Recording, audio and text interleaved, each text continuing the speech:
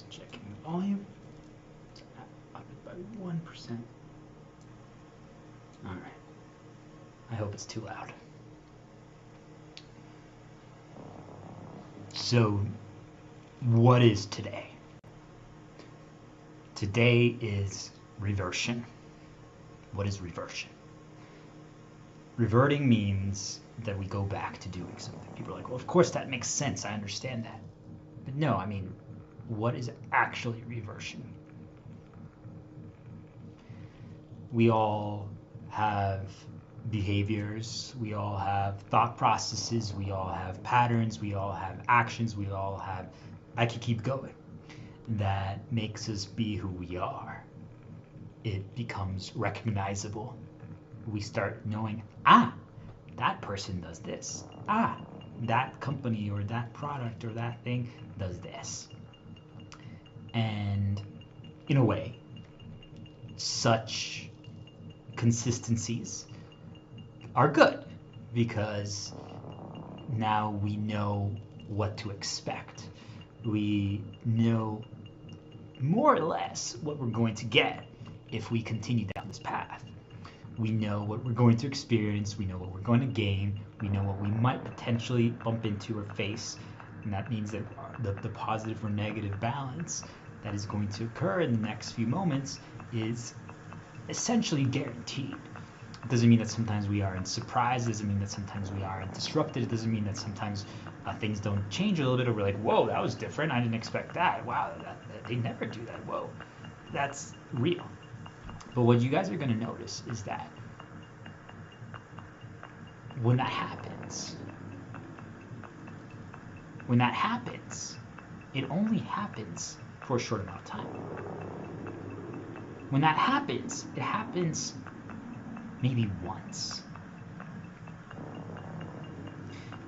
We don't understand why it only happens once.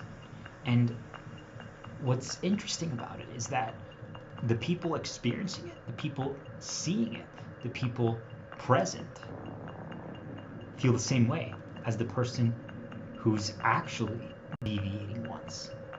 For so many times we all think, well, obviously the person who's actually exploring for once or trying something different knows why.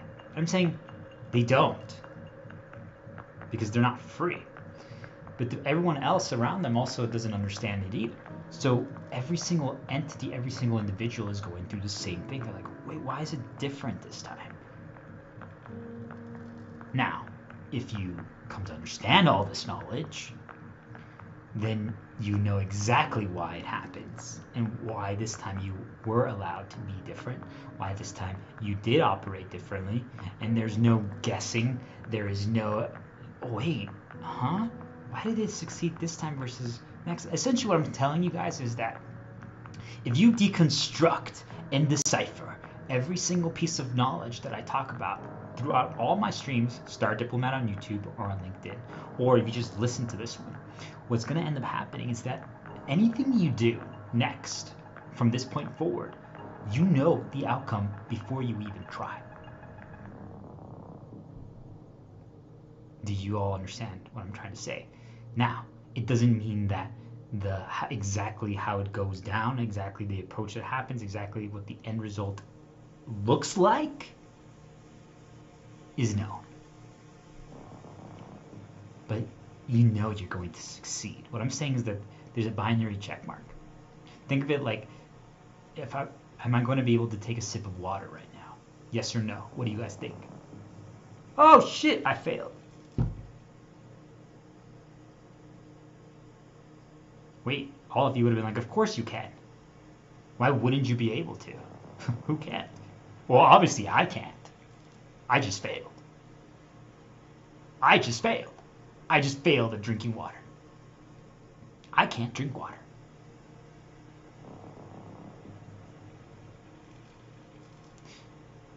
It was known for myself. I knew why I was going to do it and what I was going to do. But for all of you, you could have never even contemplated that because you wouldn't even consider that anyone intentionally would spill water on themselves while streaming. If it has anything to do with an external that people can judge and base an opinion, because now everyone who immediately associates spilling water on someone as a negative, oh my god, that's so unprofessional. Whew, yeah, I'm turning off that stream. This is horrible. Because that's what's been installed in them, so now they're going to judge based on that, so now they're going to think based on that, so now they consider that, so now they can't even think about anything a little different. So for you all, when you see that when I presented that, you couldn't even consider that someone would intentionally spill water because, well, of course he's streaming. He would maybe do that if he was just like hanging out like family or something like that. But, oh, performing for the public, creating something live right now that then is going to be permanently recorded, there's no way anyone would do that. You see, you guys are basing it off of the things that have been repeatedly installed into you. So you see, there is no unknowns. Everything's a known. And you're like, well, yeah, we all learned how to drink water when we were a kid. True.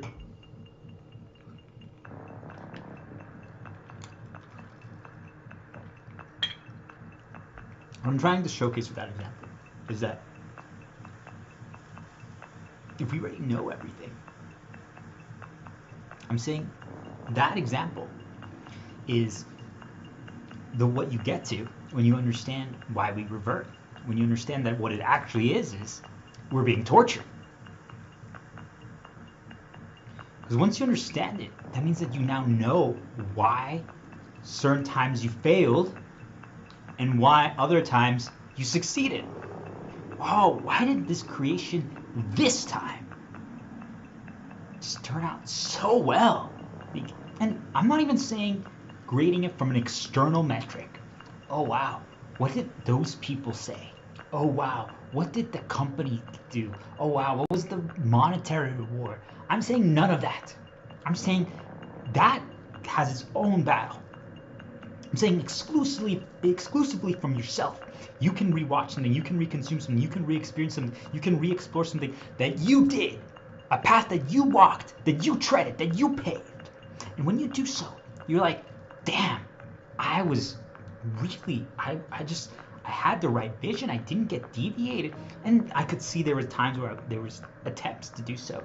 But I fought back and I found a way to just march forward and be who I am and communicate the message the way that I want and deliver the information that I want. And I could, not only am I proud because if anyone does put in effort to try to decipher and deconstruct this, not only are they going to learn, but I can reconsume my own thing every single time and I can see new opportunities, new angles, and I can use that to develop new things. Damn. Wait. Whoa. Wait. How did I do that time? You see, what ends up happening to all of us is that we go back sometimes where we're like, this was really good, but what was it? And we just don't know what it is. So what ends up happening is we recreate.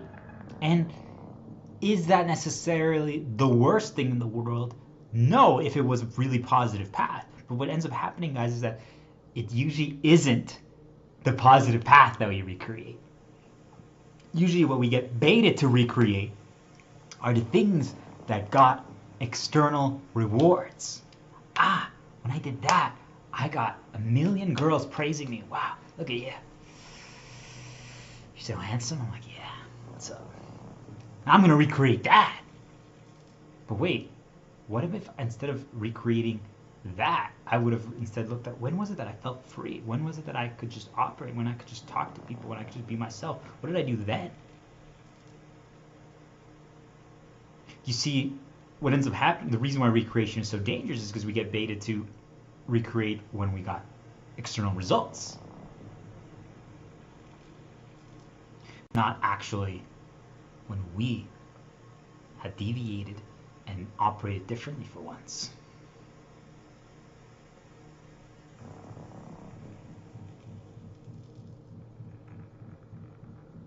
I'm saying that if you decipher everything that I'm going to talk about today, you learn and realize that it's a repeatable process that ends up happening over and over again to all of us. Every single one of us. There is not a single person that is immune from this. Doesn't matter who they are. Doesn't matter how good they think they are. Doesn't matter what their title is, how much money they have, how many followers they have, how many people worship them, or how many people hate them. I guarantee that this is happening to every single person in this entire universe that's actually real and alive.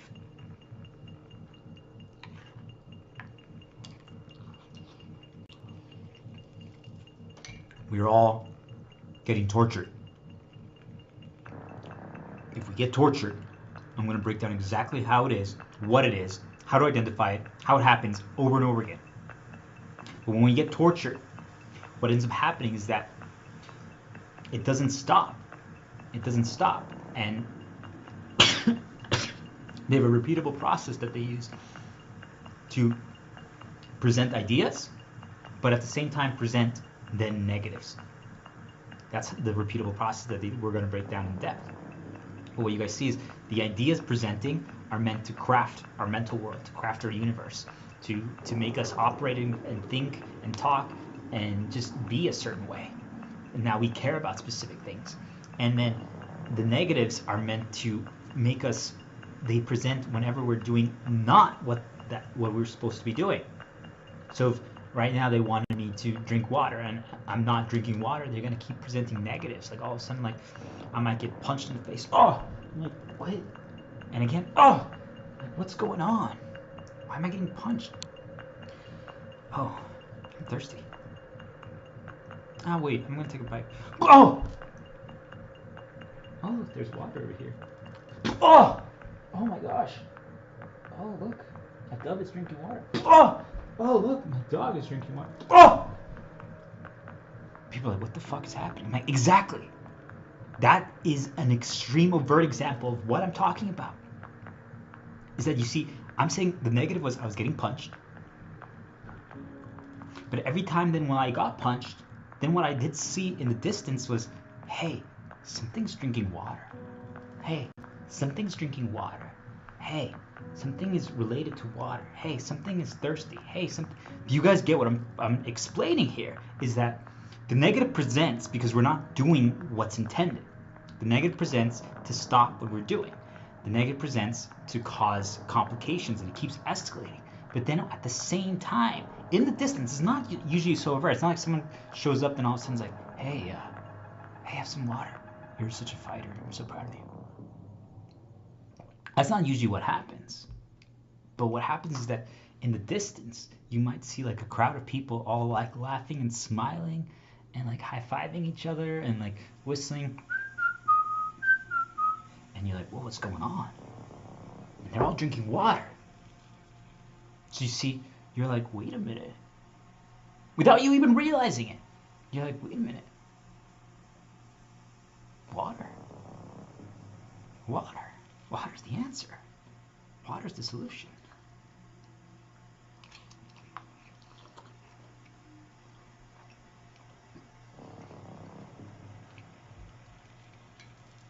So you see, guys,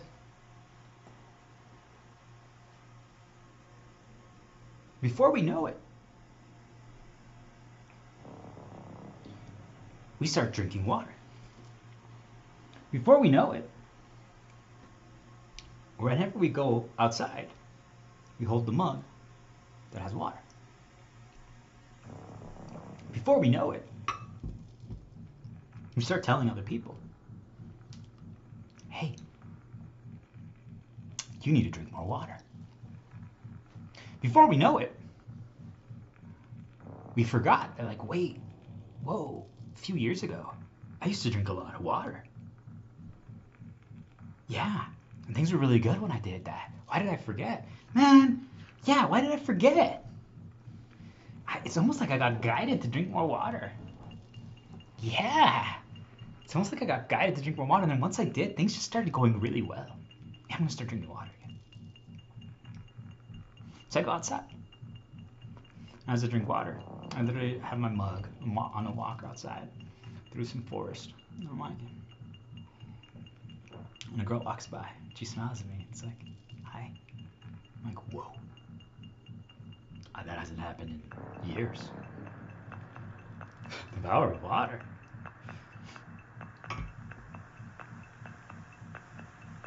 All of a sudden I decide to create something today. But I'm like, you know what? I'm just gonna drink water while I do something. Typing away. Seems like actually, for once, my head is quiet. Because when I tried, I tried yesterday when I wasn't drinking water. And there was just so many ideas that popped up in my head. it just was like, well, no, you should talk about this, and you should tell this story, and you should do this, and you should frame it like this, and maybe some art and some this, and like a video, and yeah, like, I don't know what to do. So then I was like,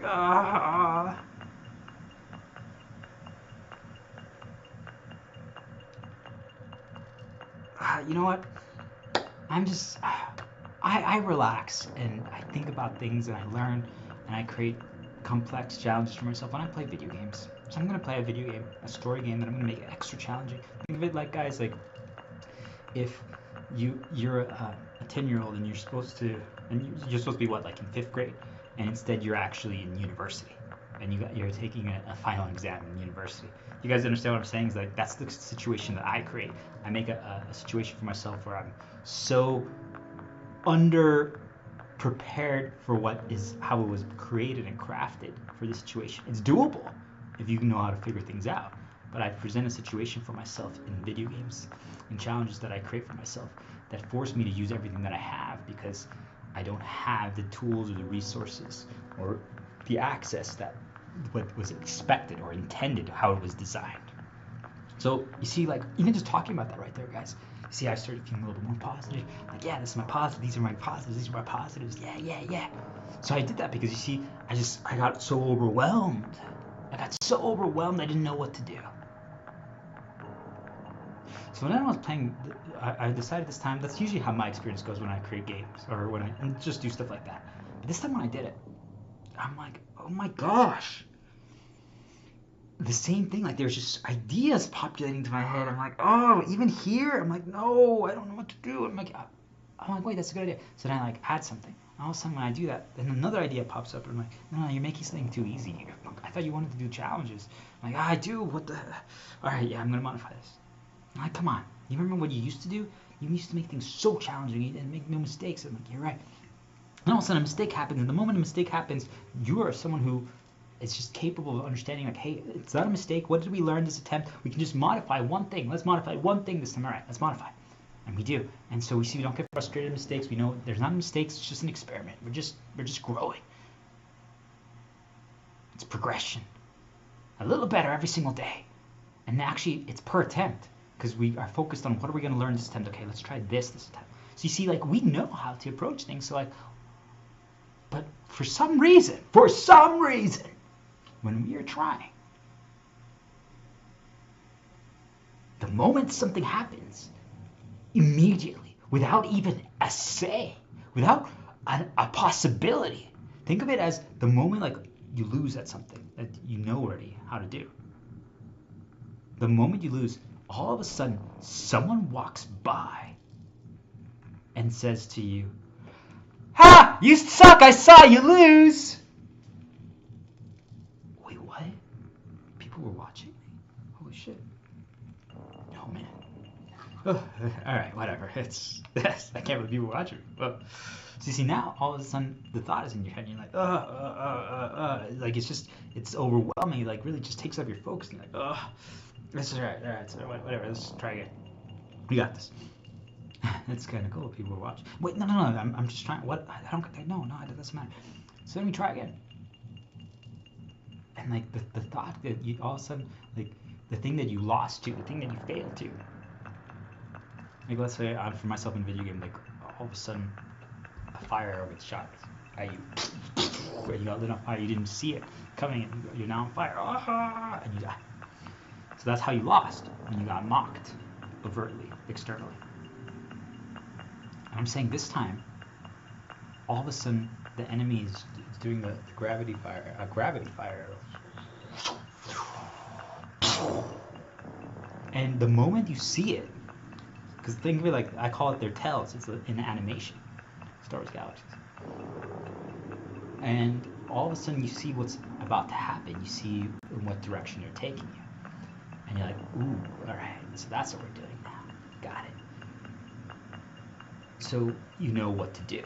So I say, guys, hey, I'm about to spill water at you, but I'm going to throw it directly at you. If you just sidestep to the left or the right, you can dodge it. 3, 2, 1, and you already sidestep preemptively. Oh, cool. You didn't get hit by the water. Do you guys get it? That's what a tell is. It means once you recognize what's appearing, what's presenting, you now know what's about to happen. So you see the fire and you're like, oh, man, I can't believe I died last time to it. You see, like, even that thought pops up. You're like, oh, that's the matter. All right. And you dodge it. And you're like, oh my gosh, whew. But it was close though. You almost messed up. You're like, whoa. Then another one appears. They pull back the what do they call it? The string sinews on the bow. And as they're doing that, you recognize, like, I got this. We already dodged one easy. We got this. Shepherd coat, shepherd talisman on the scene. No problem. Star diplomat here. See, like, there's almost like a little bit of arrogance. We are overconfident. But why wouldn't we? We know this. We understand this. So then all of a sudden, the moment we see the fire arrow animation, the tell, oh, that's about to happen again. A mental thought just appears into our head without us even having a say. Because you guys understand, like, it shouldn't appear. It just pops up and it's, ha! You suck! And you're like, oh my gosh. I can't believe it. Oh my god, people are mocking me. Boom, you get hit and you lose. And then right after that, it's like, remember, you have mastered realizing that every attempt, it's just okay, we have to focus on something. I understand why I messed up. Or let's say in that case, I messed up because my focus got distracted. Something controlled my focus, deviated my focus to worry about this stupid voice that just popped up in my head saying that I suck. That doesn't matter. And also right before that, they also made me care that people are watching me. Like, it doesn't matter either. But you see, I'm like, that's why I messed up. So you see, like, that would be the solution, guys. Do you get it? That's the solution. You realize, I know exactly why the mistake happened. Not a problem. I know exactly why the mistake happened. Not a problem. You guys see? If you understand what was the cause, what was the root, what was the source, there's no problem. Doesn't mean that you are like, yay, I messed up. But you're like, all right, I know why it happened. It's easy to modify. And if it keeps happening, you're like, the fire arrow is actually pretty challenging to dodge consistently and requires a lot of execution. What are the things that I can do to remove the execution variable? Actually, if I take a bite of food every single time the fire arrow pops up, let's say my character can do that. Well, it gives me just enough of a shield. Think of like a little fire shield pops up in front of me. Or like divinity. And it gives me just enough extra protections that even if I get hit, I survive. I don't lose to it anymore.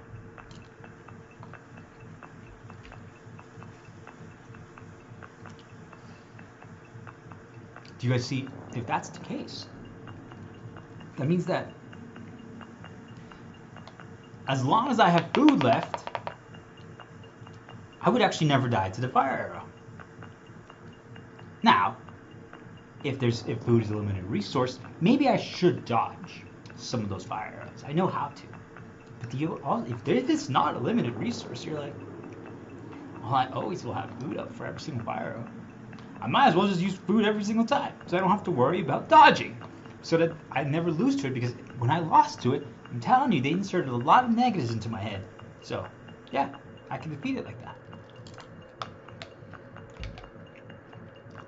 So you see, something that was negative, something that created problems before to us, now is irrelevant. It's harmless. Because you guys see, you've solved it. You understand it. And you took away the execution variable. So now there's no possibility of getting consumed toward darkness from that. But what did I tell you guys? Is that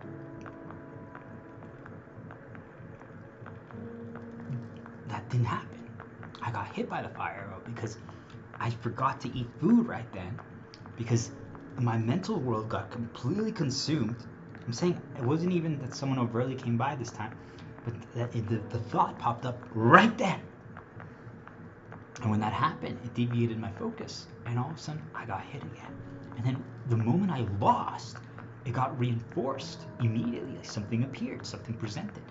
And I'm saying it's usually just mental. Like, oh man, it's like you just feel worse, or you feel like saying something. Like, oh, I can't believe I fucking lost. Again to Fire Arrow? I know this. What? Wait, why am I talking out loud?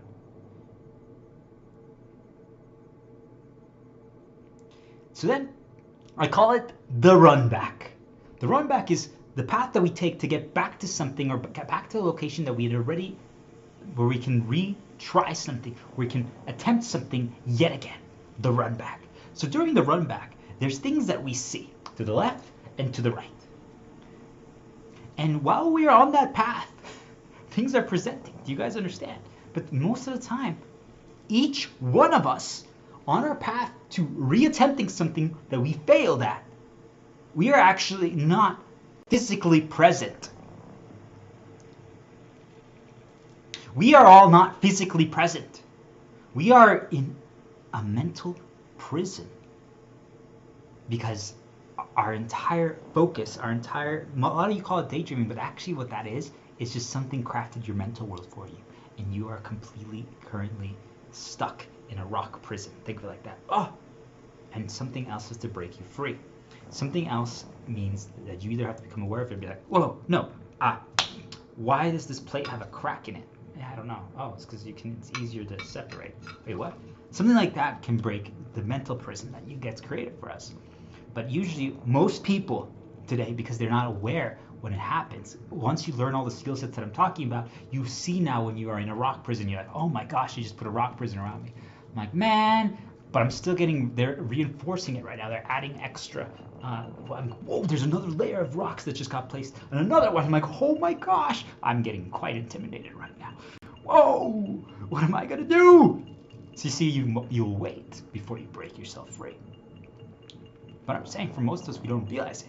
And we are reliant on something external or someone else to break it for us. Think of it like all of a sudden, I'm just like, hey, Shepherd Star, can I have some of your water? Like, wait, what? Yeah. Yeah. Wait, what do you want? Water? Oh, yeah, of course.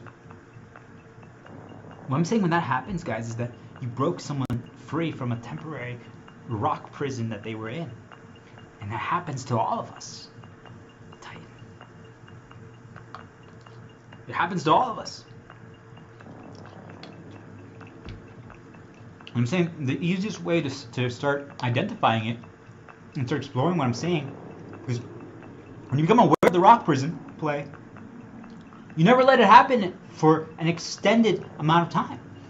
You might allow for it to be reinforced and crafted if you're getting bombarded, because otherwise you're going to get exhausted if you have to counter every single reinforcement. But once there's a moment of respite, then you can shatter it. No more chains. Let's begin. Something like that can happen then. But you guys see, you actually have to become aware that it's happening. So how can you start seeing it? I call it the run back. When you're running back to something that you just failed at. I conceptualize it like, I think of myself like in World of Warcraft, but think of it like there's an encounter. I'm like, hey guys, this, when you get to where my fist is, you can try what you failed at again. And we're right here. Think with 2 fingers, something like this. And I'm like, hey, you gotta walk to the fist. All right, here we go.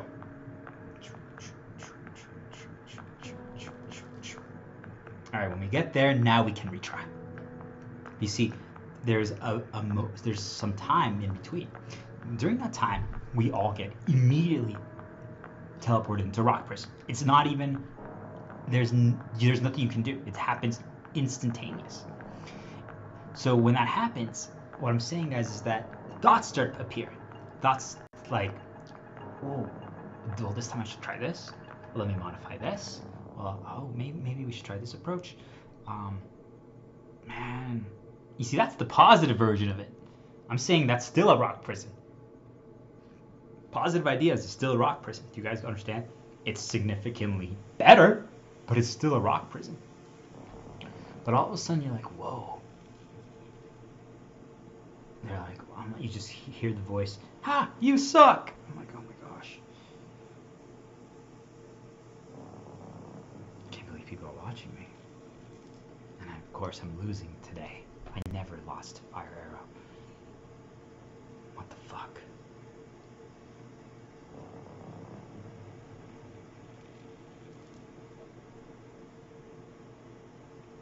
Alright guys, are we ready? Let's try again. Do you see, like, on the entire run back, those were your thoughts. You were ruminating on negativity. But I'm saying, guys, is that you didn't have a choice unless something interrupted it or unless you destroyed it yourself.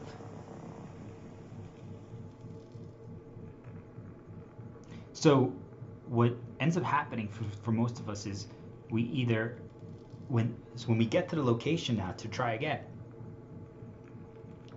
because the negativity has been built up, but we also got now either maybe we have succeeded against fire arrows years ago or months ago, but this time we failed to it, and we're like, what? What's going to happen is that on the run back, either something is going to suggest it to us. Remember what I said, guys? Every time I got punched, I saw the water. Or we're going to remember that, oh, actually, I saw a lot of people try the fire arrow recently, and they drank water there. Do you guys understand what I'm trying to say? Is that it brings us back to something. It brings us back to something. They revert us to something to make us remember, well, hey, that worked. That was really good. That was amazing.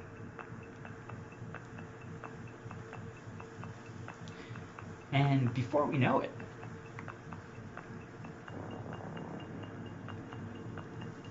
this attempt, where we see fire arrow, we changed our methods. Remember what I said, guys? We know how to dodge it, but we realized a lot of execution. So let's just take a bite of food, because that we could just survive like that. But instead, we remember. Wait a minute. When we won years ago or months ago, we had a resource. We had an external. Something that was the key to our victory. What was it? Ah, a fancy shepherd coat. That's what it was.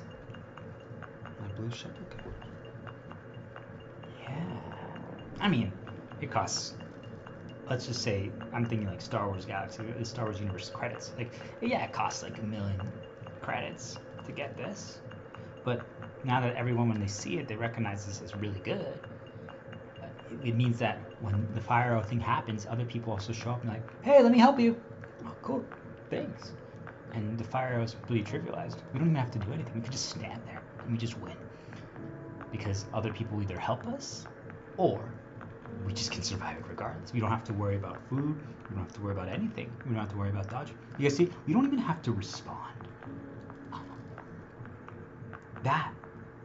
But you see, like, something reverted us. Do you guys get what I'm trying to say? Is that they revert us to certain behaviors where, let me just make it easier. Let me just rush. Or, let me just, what worked that time? Or, and you remember, we don't actually understand why something succeeded. We never actually, all of us are always seeking that, but we never do.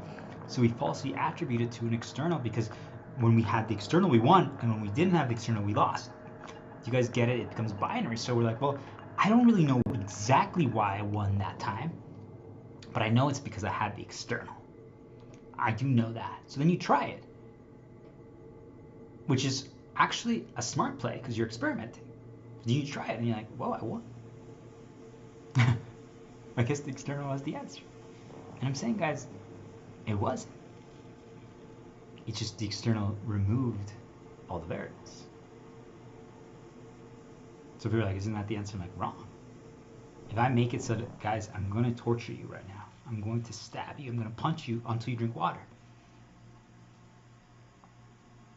Can't I make water become the answer?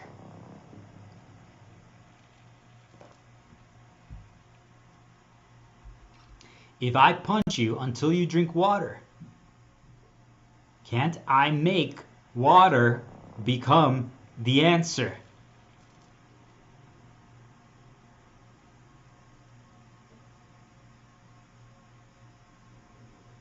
How can I, what is the answer to fire? I was like, it's not food. Like, it's not dodging. I need to get an expensive $1 million credit or million credit shepherd coat. That's what it is. That's the answer. Because everything else you tried, I just got so many ideas, you just felt overwhelmed. So many negatives to present. Anytime you tried something else, like, oh my gosh, people were overtly attacking you.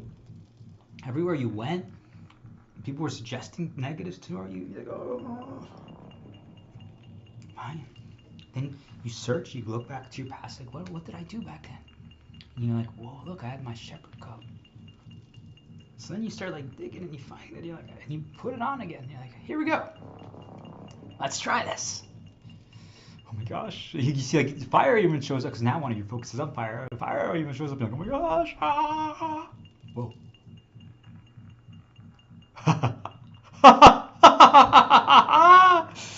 Oh my gosh. I surpassed fire without doing anything.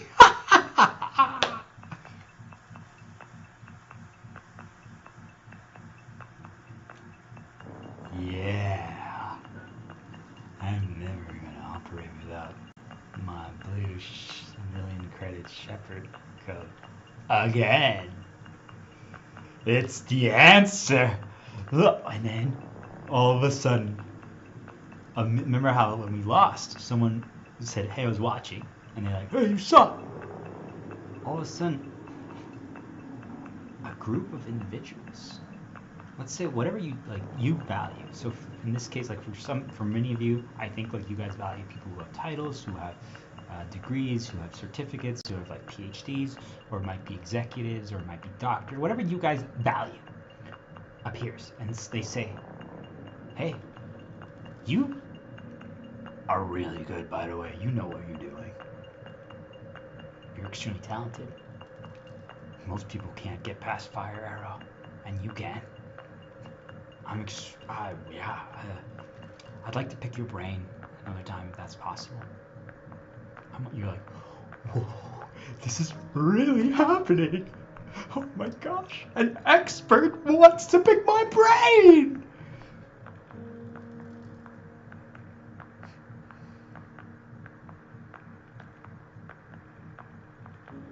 In my case, think of it as an extremely beautiful girl walks by. Perfection. Sexy like girl. Anyone. White dress.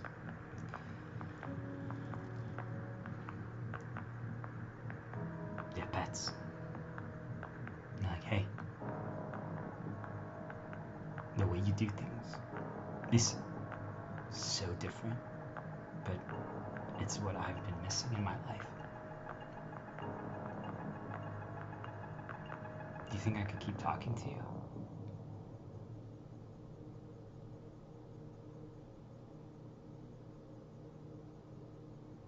All of a sudden you pause. You're like,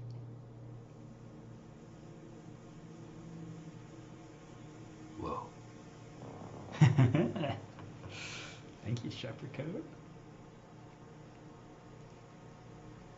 Yeah. Yeah. You guys see. So, now we've reverted. We forget that we had stopped using our shepherd code in this situation for a reason. There is none for myself, just so you guys know. I've only created positives here, but let's just say I realized it's too powerful. What does too powerful mean? Just so people understand. Because this is how I learn how to balance things. What does too powerful mean? Too powerful means that it removes the decision-making variable and aspect of everything else. So I have been conceptualizing it through some of the video games I've been playing. I've been experimenting. Like you guys heard that I create intentional challenges for myself to make things more difficult, to push myself, to see if I can overcome encounters with less and with more limits and more limits. And I've pushed every single thing that I'm trying and playing to already to the brink. Like it's absurd how challenging I've made things. But what you guys are gonna realize is that if you create limits for yourself and you just keep operating, like I've been operating with one bowl and one plate, a cracked plate, for a year now. That's all I use. It's normal for me now. It's normal. It's completely normalized. If I have a larger plate or a different bowl, I'm like, whoa. So what I'm saying is that the difficulty and the challenges that I do, how I do them, doesn't mean that they're not still challenging. They are. I still have to think. They still protect me. But do you guys see? They're now known. So what ends up happening is I've also made them a little easier because I wanted to prevent corruption. I wanted to prevent darkness. So, but what I realized, guys, is that, and when something is so difficult, when something is now so challenging because of the limitations that you put on yourself, that there's new things that get created as the answer. And what does that mean? It means that, let's say you removed one thing that you're like, like the blue shepherd coat is just too powerful. The blue shepherd coat is just too powerful. It makes it so that I don't even have to think about what I'm talking about. It makes it so I don't even have to pay attention. It makes it so I don't even have to focus. I just win. All right. I can just completely ignore fire arrow now. All right. So let's remove shepherd coat. All right. So then you remove shepherd coat, and you see that's when you guys have to now do the food variable, where you're like, if I don't have shepherd coat, I actually do have to think when fire arrow appears. I don't have to dodge, but I have to eat some food.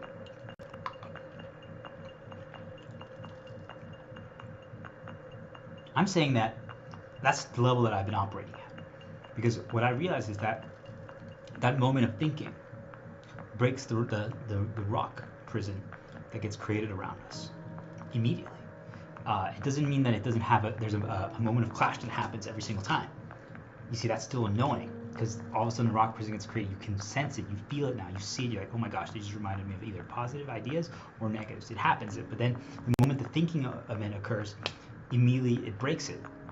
And if it's super reinforced, it takes a little bit more, but you see, you're immediately protected. You have to be actively doing it. Every time it appears, oh, fire, you're free. Do you guys understand in that moment? So it's still the answer. But what I realized now is like I wanted to push myself even more because you see, guys, what I'm saying is that if you get rid of shepherd coat, because it removed all need for thinking, all complexity, it just solves everything. It's the answer. Do you guys get it? It just solves everything. What ends up happening is that something will always try to make you revert to shepherd coat. So I'm saying then, guys, what ended up becoming the new answer is food. I think about it for myself and Forspoken. And Fancy Star Online and things of that nature, and Octopath, I removed the external.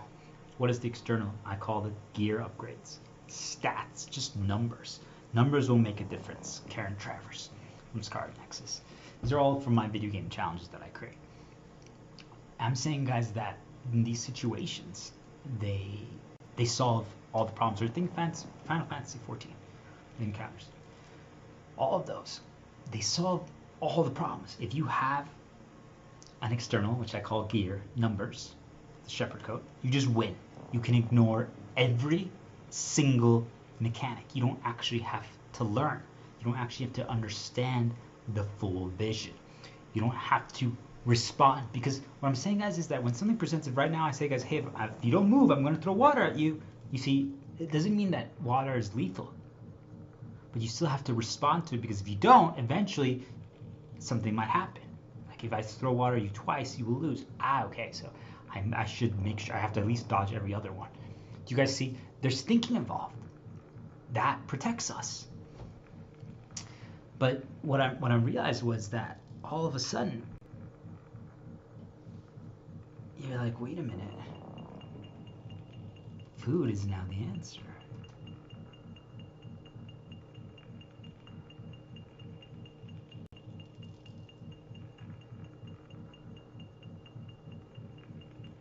Could I remove food when fire arrow appears? Could I intentionally choose not to use food when fire arrow appears.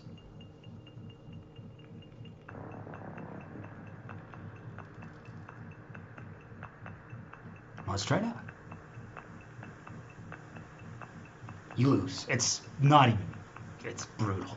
You just, it's one-sided. It's like, oh my gosh. Wow. Yeah. You like laugh at yourself because you're like, oh my gosh. But you guys are going to notice that all of a sudden when fire appears, you instinctively, it's almost like a program. But you're like, wait, what can I do? I don't have shepherd coat, I don't have food. What can I do? Ah, I lost. Alright, let's try again. You see, what I'm saying is when you do this, what you're going to realize is that you don't get angry. But you're going to notice the rock prison gets created. But you immediately just, you don't even have to try. You just go, yeah, see ya. You go, you blow it away. Because you know why it happened. You guys get what I'm trying to say? You intentionally took away the answer. You intentionally took away the answer. Like, yeah, I chose intentionally not to shepherd coat or to eat food when fire arrow shows up.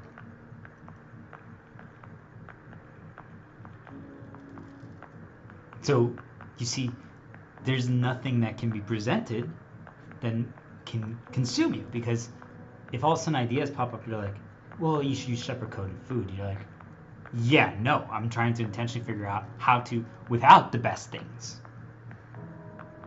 And every single time you figure out, wait, I can do this, then you try like, well, wait, now that's the answer. Can I try something else? Can I try something else? You see, like, it creates so much exploration. It creates so much excitement and adventures and just progression. And you're like, whoa, what else can we do? What else can we do? What else can we do? What else can we do? Oh my God, this is awesome.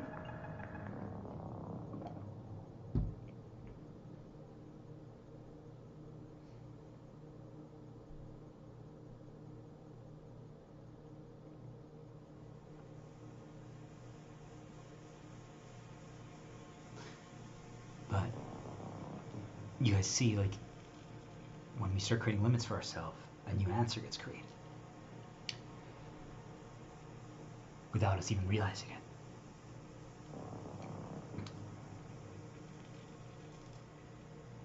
And whatever becomes the new answer becomes something that the world wants us then to revert to. Why?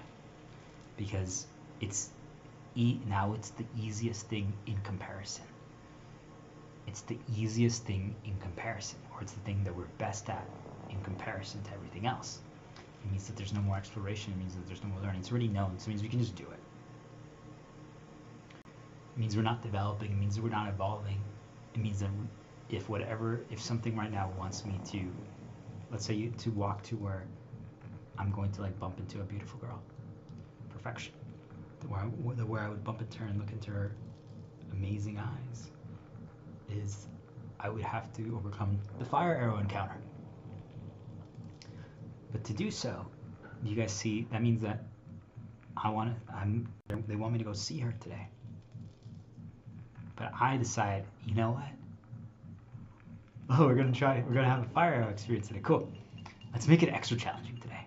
No shepherd coat, no food, and then what you guys are gonna realize is you develop an answer. So like maybe I realize, if you whistle while putting your hands together like this and cracking a little bit, you can overcome fire arrow. Because you think of it like you have to count to 3. Or you have to dodge exactly when 3 happens. I think molten seeds, Ragnaros. 3, 1, 2, 3. And that's when you dodge. You realize that, but you see, but the problem is that the animation just like throws you off. Like you can't just know exactly the timing. So you now know that let's say there's like a sound effect that appears, and the sound effect is like. First, the sound effect happens, and then the animation starts. But you see, you've learned, you've been trained to start the countdown in your head to know when to dodge. based on the animation, not the sound effect. You guys see, sometimes saying like we have to focus on something else to learn how to dodge something or overcome something. It's not, you don't have to, don't focus on like the visual, focus on the sound, don't focus on the sound, focus on the smell, don't focus on the smell, focus, so forth. So what I realized is that I'm like, wait a minute, if I hear the sound, I can literally close my eyes and go, and then I just put my hands together, dodge. I can even have my eyes closed, and I can just dodge. And I will dodge the fire arrow every single time. The moment I hear it,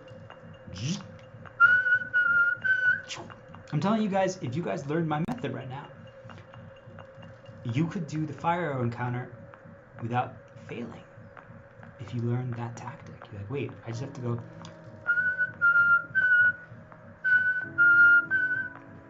And you just keep doing that. You keep practicing. You're like, wait a minute, it works. Whoa, it works! That's so cool! I'm like, wait, what? It removes the execution variable entirely. Once in a while you might get hit, but you see, the reason why it works is it blocks the mental thoughts that populate in the head, like, you suck! Or, hey, you're so good, can I keep talking to you? It blocks those from even appearing, because you see, you're doing two different things. You're whistling and you're doing the hand thing. They can't populate mental thoughts into your head when you do that. So because of that, all of a sudden you're like, wait a minute, this is fucking awesome. I'm like, yes, I can dodge fire arrow now 100%. Yes. Ooh, yeah.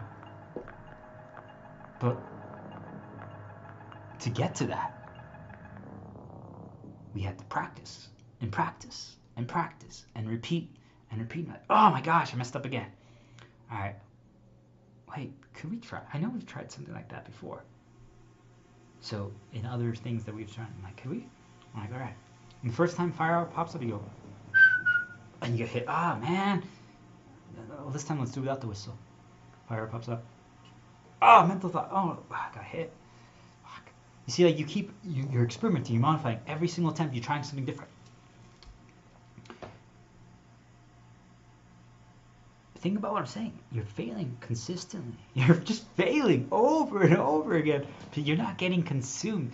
But what you got to realize is that on the run back, every once in a while, negatives start appearing. Overt negatives start appearing as well. Like people might walk by and be like, you are not supposed to be doing this right now. And I'm like, whoa, wait, what? Or all of a sudden, you might get like a phone call or a notification pops up on your phone and says, from the girl that wanted to talk to you. Perfection with her beautiful eyes. Right? She's like, hey, where are you? And you hear the buzz on your phone right as you're doing the fire arrow thing. You're like, oh my gosh, that's right. I was going to go see her. Oops. You see, like, you laugh about it because you weren't intended to actually be spending so much time consistently failing at something you already know how to overcome. You just need to use the shepherd coat, or you need to use the food. So what you guys are going to realize is that all of a sudden while you're retrying something, anything on your path back, you keep getting suggested, like, just fucking use the food already. Just eat food. Just use the shepherd coat. Let's just move on. And you don't do it. You're like, nah, this is really cool. I'm learning. I'm exploring. I feel like I'm about to figure out the solution, how to dodge fire arrows consistently. This is fucking awesome. So then the escalation begins, guys. All of a sudden, think of it like, I don't know. Remember I spilled water at the beginning of the stream, guys? On myself?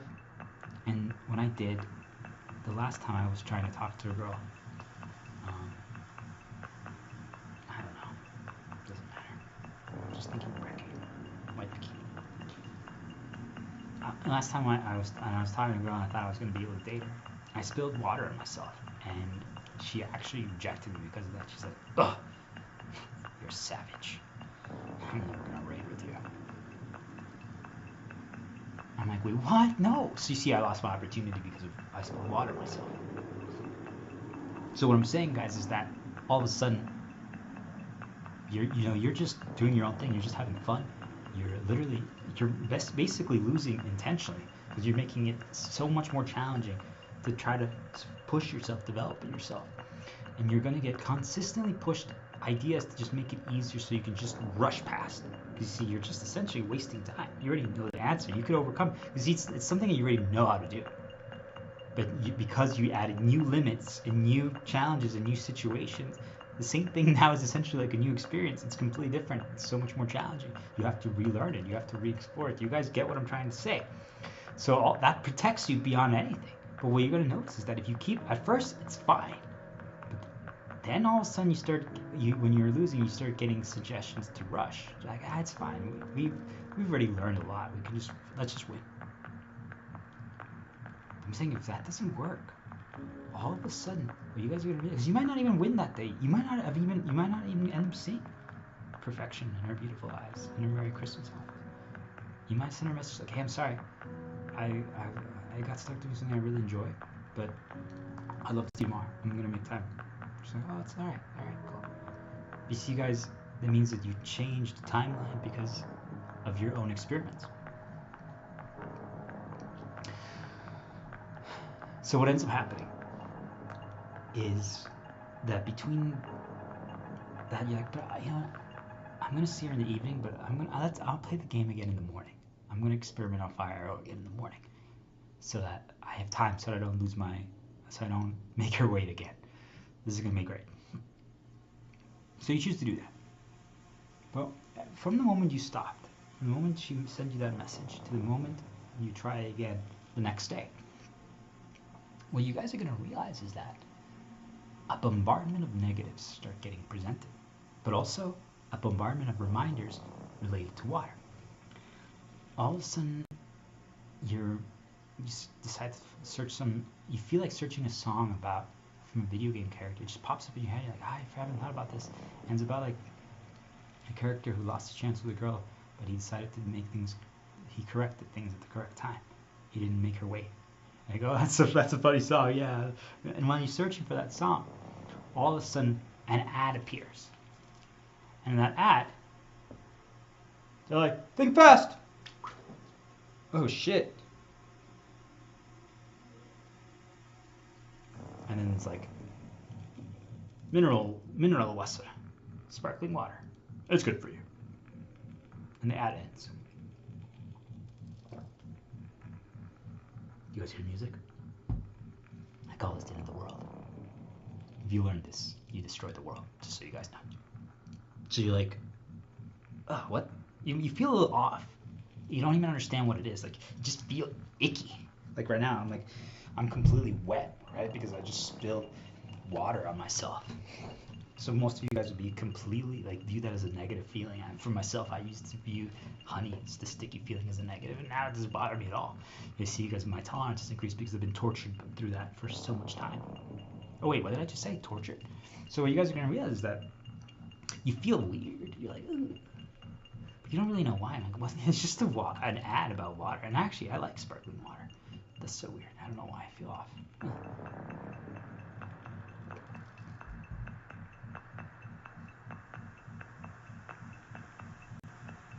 Alright.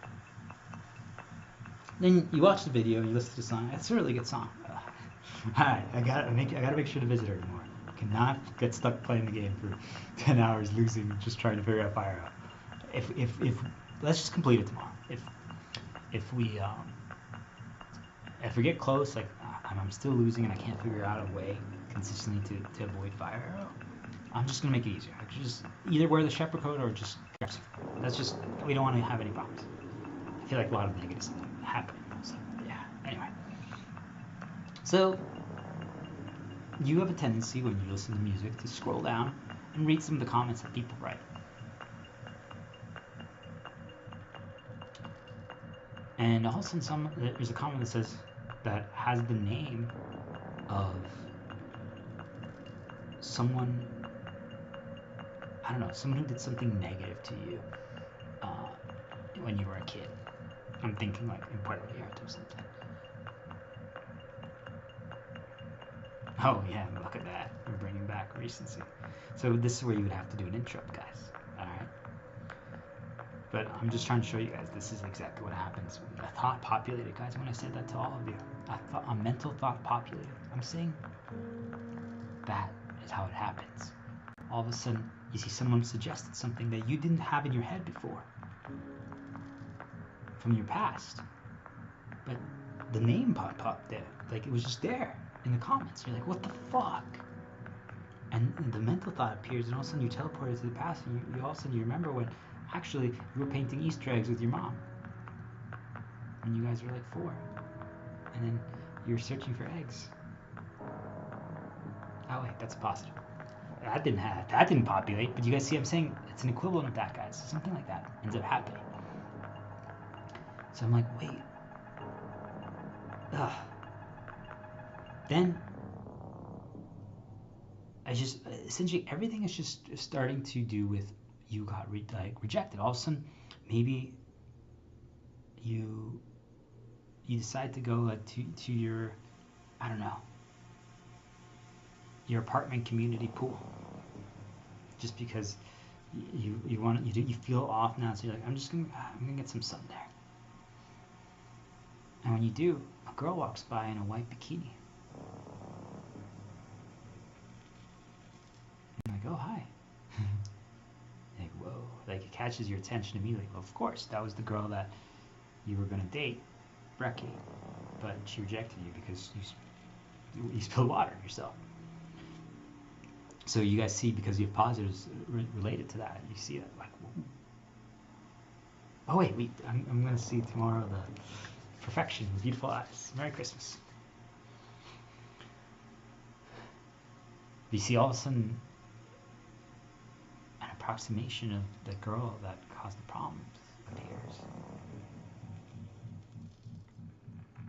She didn't even talk to you, but she just walked by. Like, whoa. And maybe right then, all of a sudden, you get pushed into the pool. Whoa! And you fall, and you're like, oh my gosh. Oh. And you go out of the pool, and you're like, whoa. They're good. And you climb out of the pool, and you're like, oh man. And then as you climb out, you literally just see the girl in the white bikini in the distance. The first thing you see when you look up, she's like laughing. Like, oh my gosh. And then right then, the mental thought populates into your head of when you got rejected by the girl, and you felt literally incompetent, when you felt worthless. Ugh. And then someone hands you a bottle of water, saying, hey, do you want some water? You okay?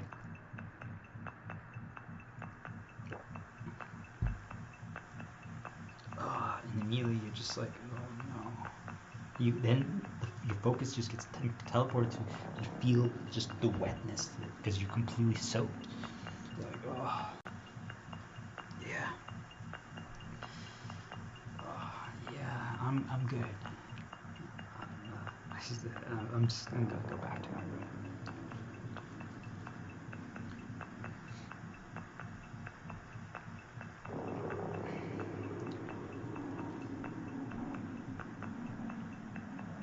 So you go back and you forgot that you had the song playing on loop of the guy that is gonna see his girl or whatever I was saying, right, guys? You see, like, my mental world is right now so disrupted because I've been injecting myself with a lot of negatives. You see, like, you can't even focus anymore. You're like, oh. So then you're like, oh, I'm gonna eat like a dessert or something. I haven't had one in a while. I'm gonna have a chocolate muffin or something. Yeah. So you go and grab one. You see, you don't even feel like tempted to eat a chocolate muffin anymore. But now, because of what happened, you don't know why, but you just feel like it. So you do.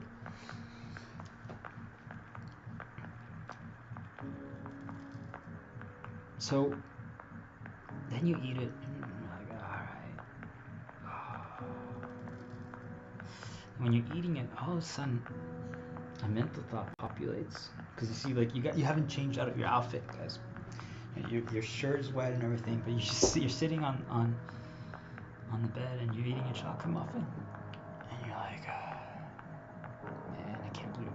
I don't know if someone pushed me to the pool, or I fell into the pool, but I can't believe, the girl with the white bikini, I can't believe she laughed at me. And then you look down as you take a bite of the muffin, and you just, because you guys understand, like, your shirt is wet, you can kind of just see, like, your body, your skin, and you're just like, oh my gosh. And a mental thought just auto-populates into your head. You don't even have a say. Like, oh, I'm getting kind of fat. And then you remember that, because let's say for some of you guys, you might have got mocked or laughed at by like your siblings or something like that when you were a kid for being overweight. So you see, maybe when you were in school, you didn't get a lot of girl attention because you were fat or overweight. Or at least that's what they made you believe. So now all of a sudden, think about it, guys. You got rejected, or you're sitting there, you're eating your muffin, and you see that. So you're like, oh, man. Oh, and you just think about when you were a kid and you got laughed at. Oh.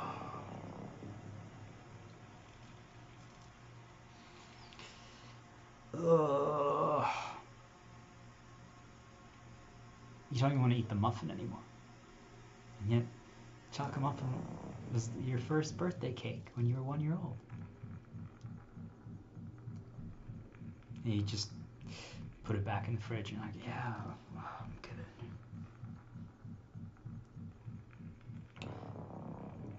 I think I'm just going to play. I'm just going to play some. You change your outfit. When you change your outfit in real life, all of a sudden you forgot that you had hung your shepherd coat on a chair over there.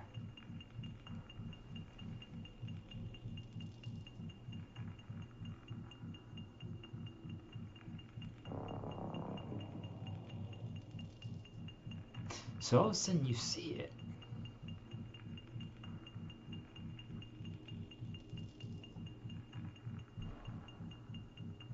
And you're like, whoa, this shepherd coat.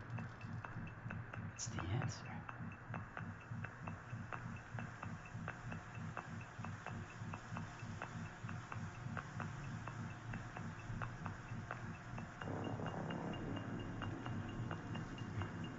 Anyway, you don't put it on, but you're like, So you turn on your game. You were going to remember, you were going to play the next day in the morning. But you decide to play now. But you think about all the themes, guys, that are related to what I'm talking about. What is the common theme? What is the similar theme? Have you guys piecing this together? What is the similar theme? They're all related to our negatives, to when we got rejected by the girl, to when we failed. We got rejected by the girl, when we failed, or something that could cause us to be rejected by the girl, right? Our weight or something like that. Do you guys understand? You all understand. But most of you guys wouldn't piece it together. You wouldn't piece it together. All of you wouldn't piece it together. Because you're like, wait, I had water? I'm wet? Here we go. This is the answer, guys. I got pushed into the pool or something. I fell into the pool. The girl with the white bikini that rejected me.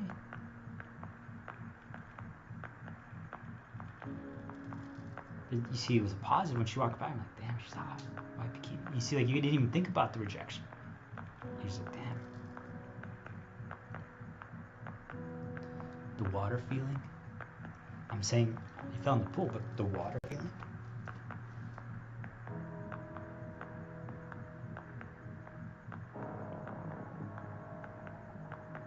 The muffin. The weight. Most of you are like, what does that have to do with anything? People are just like, I don't know, I don't feel like doing a muff right now.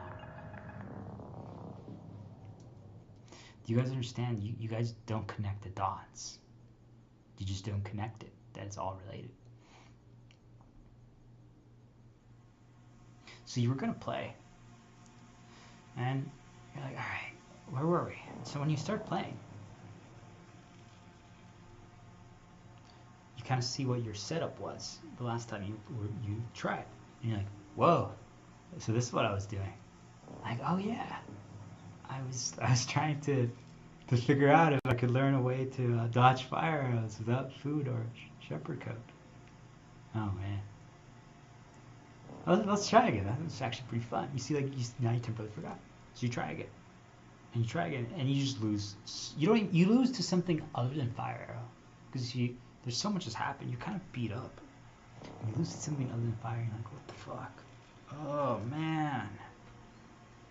And the negatives appear, because you just kind of like, just negatives appear, and you're like, oh man. And then on the run back, you suck. Wait, that wasn't even directed at me. Oh shit, I had the window open. You heard someone say that, and you literally look out and someone else is like yelling at someone like, you suck so much, you suck. Oh my gosh. You close the window. All right, and try again. And this time, now the thought that when fire pops up, you're like, how was I gonna do it again? Oh, yeah, I was gonna whistle. You suck. You lose, like, oh man.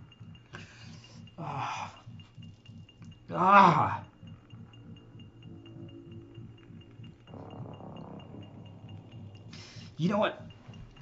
I'm done. And you turn off the game.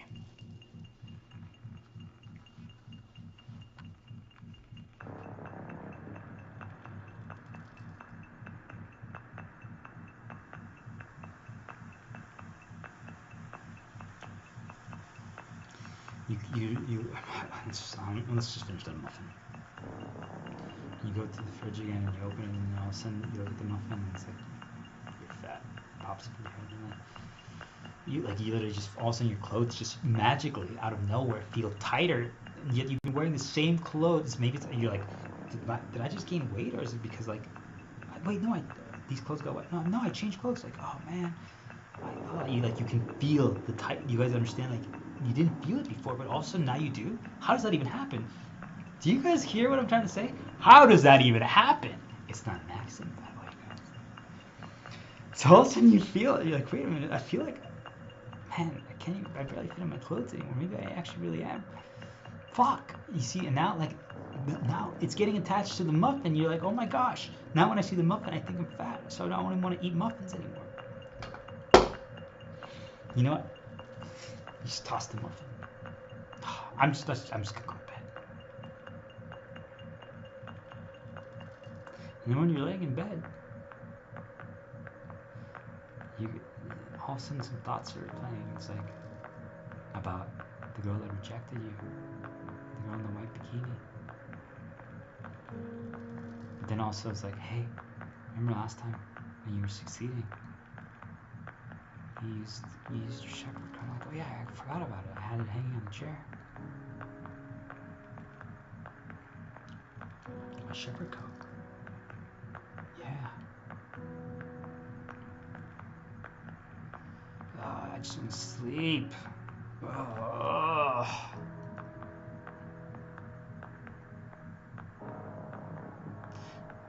It's a battle, but eventually you fall asleep. The next day you wake up, and you are like, whoa, you normally don't remember your dreams, but you actually like remember your dreams, and it's just, there's basically like, you were in like a fancy castle, and one girl walked by when you just woke up and you were all disheveled and you didn't you didn't have your shepherd coat on, and she just laughed at you, and she rejected you. She's like, oh, look at this person. And then you go back to your room, like, let me show you. And you style your hair, you put on the shepherd coat, and you walk around with a bowl, and you're eating food. This is in your dream, by the way. And all of a sudden, 5 girls walk by and like, oh my gosh, you're my hero.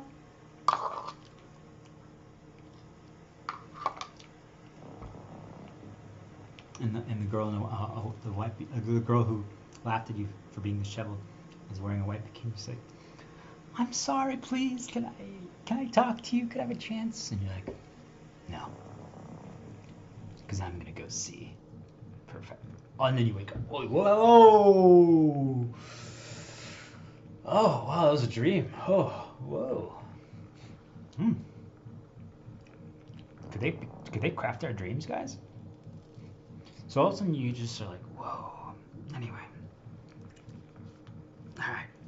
So you decide to make breakfast and you decide to crack an egg, because do they communicate through the things that we do? Oh yeah, absolutely, guys. So you crack an egg, this means that you cracked something. So as you're making the egg, you decide to play the song again that you had on loop yesterday about the girl, because it reminds you now of the perfection girl with her beautiful eyes. You're playing it, and then you're like, fuck, an ad played, and it's the sparkling water ad, and you're like, fuck you. I don't know why, I don't like that ad, it made me feel bad last time. So you just skip it right away, but because when you skip it, you scroll down and you read the comment again, and it reminds you of the stupid name, you're like, oh my gosh, fucking hell, that comment again.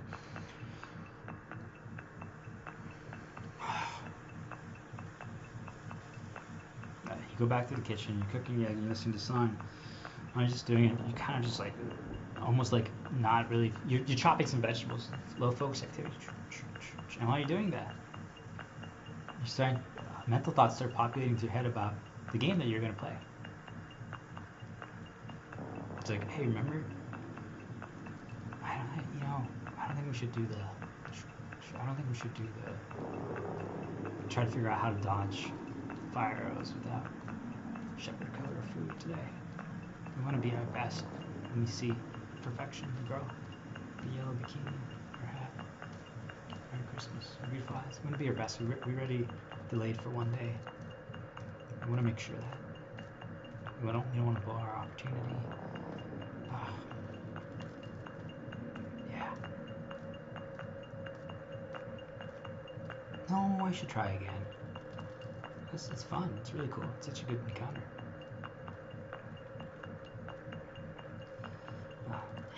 Let's add the vegetables to the egg.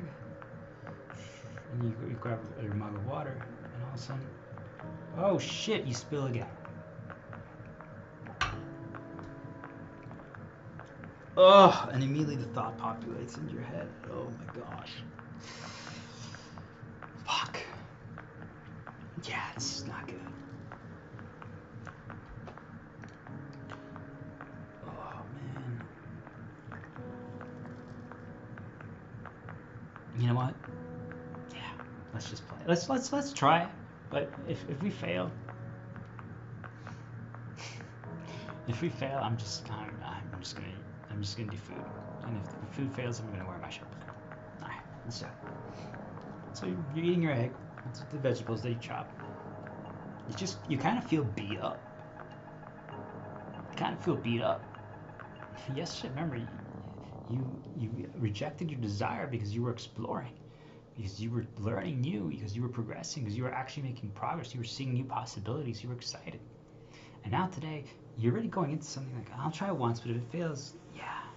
And you already just feel beat up, and you're not even enjoying it as much. Like, and even as you're experiencing this encounter, mental thoughts are populating into your head. You're like, this is kind of actually badly designed. Like, who designs fire arrows like that? The music is just so boring, and the graphics are just kind of lame, and like, oh look, and then all of a sudden you see, like, let's say there's a mistake, like let's say there was a mistake, it's impossible, like, oh my god, they misspelled that word, or they did that, and like, you see, like, it's like your focus is getting deviated to focus on the wrong things, and like mental thoughts are telling you what to think, like, that's really bad, that's really, like, but wait, this is like my favorite encounter. This is like really cool.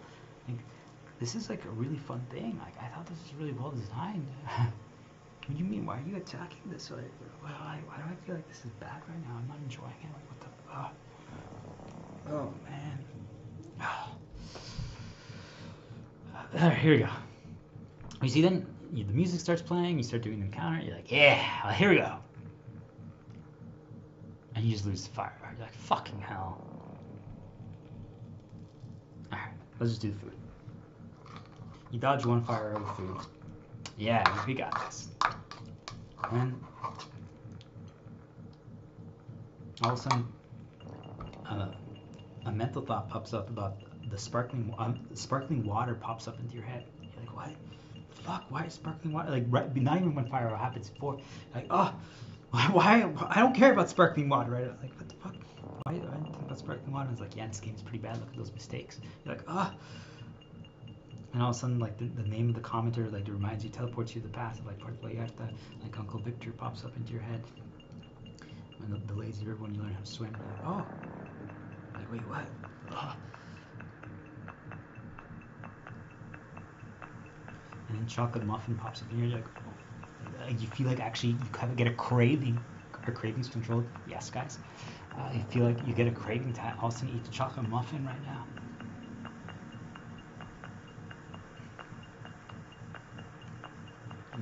And then it's like your eyes got guided also, like let's say like a fly flies by and like, wow, how is there even a fly in my room right now?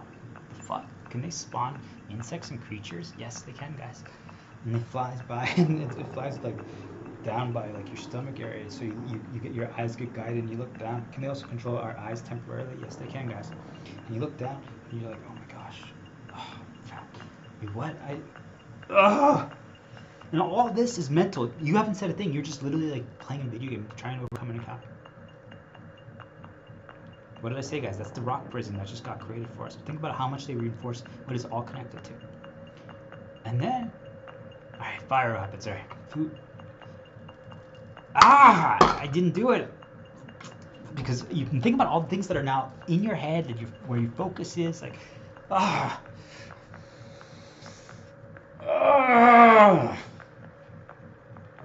That's not possible. This game really is fucking bad.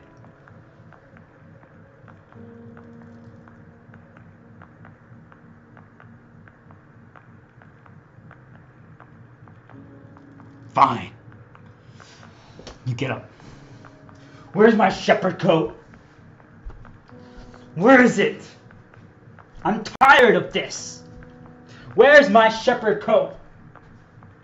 Where is it?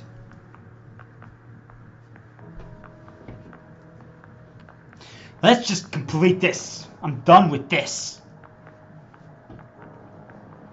It's so badly designed. Alright.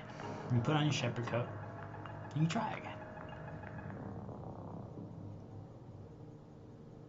You're on guard, but it's quiet. No reminders pop up this time. Because anyway, you would have won anyway, because you could now ignore every single thing that appears before you. What gives us that, guys, in this world? Money? Fame? Adoration? Likes? AI? You can just ignore everything. But you literally just can make mistakes and stand in everything, and you just win regardless. Because you're on guard, because you think about how much negativity has been populating your head. And it's just quiet, and you just win. But then, all of a sudden, you get the dissatisfaction reinforcement play. Like, wow, that was really bad. That was really boring. Ugh. And then you continue, because you're like, oh, now I can just move on with the game. Let's see what happens next. And now there's like a story segment, and it's going to be a positive story. Like, it's fun. You're like, oh my god, I haven't actually experienced story in a while. Like, think of it like a movie that you guys really enjoy, and the characters are now developing and exploring a new area, and it's like, what are they going to bump into? What's going to happen? And it starts, and it's kind of cool, but you just realize that everything you're interpreting and everything you're feeling is just, it feels kind of blah. You're like, because think about it, guys, you overcame the thing that stopped you. You overcame by using the overpowered, the answer, the solution to everything. But you did it because you got forced to. Do you guys understand? You got forced to. You were forced to revert. So then you get results again, but now they don't even feel that special. And then whatever happens after just kind of is like, ugh.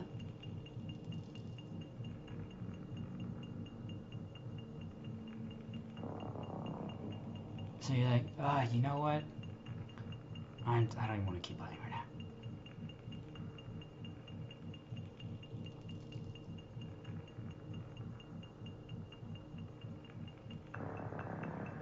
So you wore your shepherd coat for a video game. All right. And now there's downtime, because you already accomplished what you were going to do before seeing the girl with her beautiful eyes. Perfection. Now you have downtime. And you're like, oh man. And now ideas start populating into your head. Like, make sure you compliment her eyes. Make sure you do this. And what should we talk about? Like, of things that she likes. Should I get her some flowers? Should I get her some chocolates? Should I do this? Should I do that? Oh, and then all of a sudden a negative jab happens. Whoa. Remember, don't wear those pants because you're fat. Oh my gosh, that's right. Then you had hung up again your shepherd coat on the chair. But then now after that happens, you look over there and you're like, I know I've moved away from wearing it when I go outside because I feel like it gets me too much attention. I don't think it's the answer anymore. But a mental thought populates. You did blow her off yesterday. You don't want to piss her off twice. You should wear it. I'm like, yeah, I really should. I mean, it helped me win a video game. I can help me win it too. Oh, do you remember? And all of a sudden you get a positive. Do you remember when it was like 5 girls were all like praising you because you wore it? Yeah. Alright. So fast forward. You now go see the girl.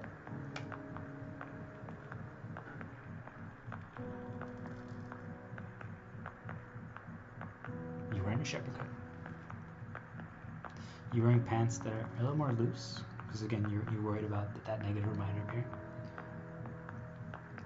You see the menu of this restaurant that you guys went to together, and they have literally chocolate muffins there, and you're like, oh gosh, definitely not. She's like, oh my gosh, they have chocolate muffins. Will you share one with me later? And you're like, I'll get one for you. I might have something else.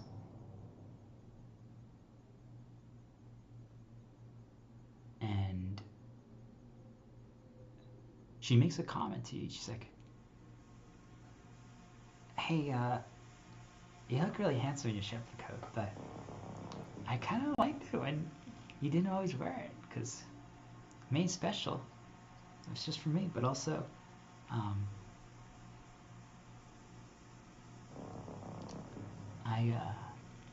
don't know, I just thought it was cool that you were the only one who felt like you didn't need it. I really value that about you. I thought it was so cool that you pushed yourself. Wait, what? You like, when that happens, it's like you get like punched, but you see it's a positive punch. You go, wait, what? The girl that I want to hopefully date just said that. Wait, what? You mean I didn't need my shepherd coat?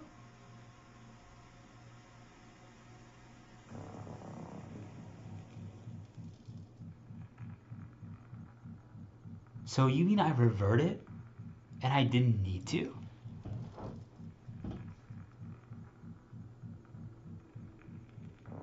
You mean that something got me to revert? Yet it had successfully made me attached and justify that the reason why I did was because I want to make sure that I don't fail at losing this girl.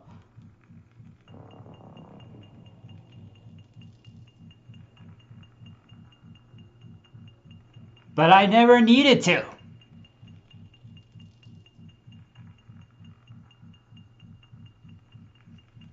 So, the Star Diplomat, Shepard Star, myself, sees this from the distance. Yeah, I know this character. I see them. And I see this interaction that happens, and I'm like, oh man. I saw their version of them when they got rejected by the girl in the white bikini. And I now saw a version of them when they didn't get rejected right now while wearing a shepherd coat, but they kind of got a jab, a positive jab. But it was kind of like, hey, you're kind of not yourself anymore. Why do you care about using the best things, the shepherd coat? I see that. I see both versions. And I'm like, yeah, the one who got rejected was wearing the shepherd coat. Or, no, he got rejected when he was wearing the shepherd coat. I also saw the version when he got praised by the 5 girls wearing the shepherd coat. So I saw when he won. I saw when this character lost. And then I saw now this event.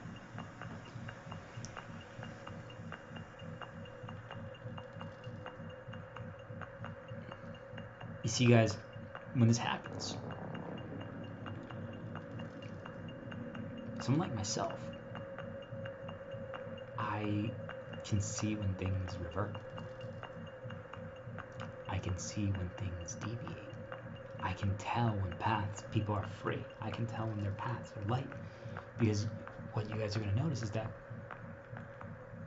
when the character got rejected by Brecky, the girl in the white bikini, this character was completely free. They were laughing, they were joking, they were just themselves, they were saying things, they were doing things, they were operating just freely. Nothing guided their decision making. But they got, when they suffered that loss, and then it got reinforced. Do you guys see? Even though they finally were going to try again with perfection, sexy boot girl, Merry Christmas, their beautiful eyes. Even though they were going to try again, because so much negative got presented and so many other problems were happening, all related to certain themes, that they reverted to when they had won, to when they needed the shepherd code and the best things like money, externals, fame, likes, whatever, guys. Think like that. The answer, AI. And also the way they were talking to her, you could just tell it was like very planned. It's like, your eyes are like the glistening sun in the morning bird song. I don't know, right? I'm just showing you guys, like, they write him a poem. They get on two knees and they give them a rose and it's like, for you, my queen, my angel of the world. She's like, you never do this. Like, who are you? And they start singing to her. It's like, it's because you are the love of my life. I'm like, whoa, why are you singing public? You never do that. I'm not saying that any of those things are bad actions, right? Like, those things are cool, right? Wouldn't you say that, wow, that's someone, whoever's doing that, that guy has so much confidence, he has so much faith in himself, he has so much belief. What I'm saying is, it's different than who they were. Now, if they became that, chose to do those things by themselves normally, I would say good. But they did those things when they got praised by the 5 girls. They didn't do those things when they were completely free to be themselves, when they got rejected by Brecky in the white bikini. You guys understand what I'm trying to say? Is that because of everything that happened, they now got guided and molded to revert to doing the behaviors, the guide of what you're supposed to do. What people say, this is what you're supposed to do. This is how you have to do it. This is the best way. This is the intended way. This is the solution. I'm saying that we all revert to that. We don't do our way. We don't do our approach. We don't do the way we think. We don't question anymore. And it happens through the entire story that I just explained. But you guys see, it happened through playing a video game. It happened through wanting to get some sun and going to the pool, and that event happening. It happened through a chocolate muffin. It happened through ads. It happened through comments on social media. And through just what you guys call intrusive thoughts, which is them putting mental thoughts into our head to put the rock prison around us. I'm not even going to say the end of the story. It doesn't matter what happens. If perfection, girl with beautiful eyes, decides to date this guy or not, it doesn't even matter. There's a good chance she will. You guys see, I'm not saying that it's going to end up in a failure and a loss, but do you see, let's say it was myself, like Shepard started from that. I have now changed. I have now reverted to now thinking that I need these things. So do you guys understand, like, what if, regardless of what happens, if she ends up dating me, she might even marry me, or we might have a family, or maybe not. Either one. Doesn't matter, guys. What is happening, guys, is, do you guys see now that we're going to falsely attribute our successes to, well, what was it? Why did the girl with beautiful eyes, perfection, talk to me, like me? Why did she agree to date me? Well, it must be because I was wearing my shepherd coat. I sang a song to her. I gave her flowers. I did all those things, right? That's what it was. That's what it was. You guys see, it doesn't matter now what we do. We'll never know. But now you see they created a false attribution system in place. I'm saying it could even end up in a positive result. It doesn't even matter if it's negative or positive. My point is that now we can't tell what created the success and what created the failure anymore. Do you guys understand why that's the worst thing possible?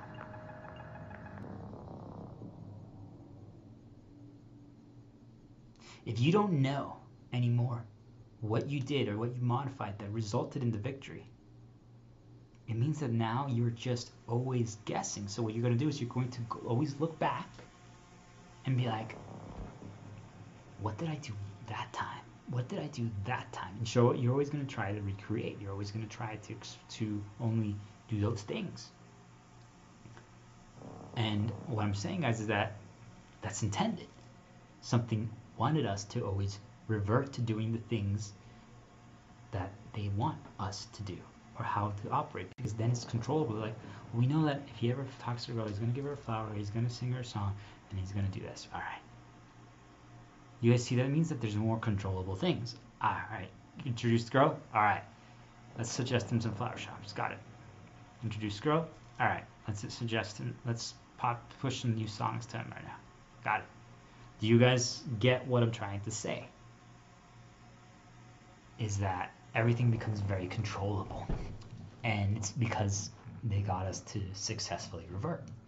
If we hadn't reverted, the variables aren't as easily slotted in anymore. If we revert to what they intend, the resulting experience, what we craft, what we create, the way we act, the way we do, the way we think, all those things, guys, are guided. The result is essentially predetermined, which means that if I'm trying to make you create something a certain way because I don't want you to push yourself, I don't want you to develop more, I don't want you to explore more, or maybe you have access to too many people.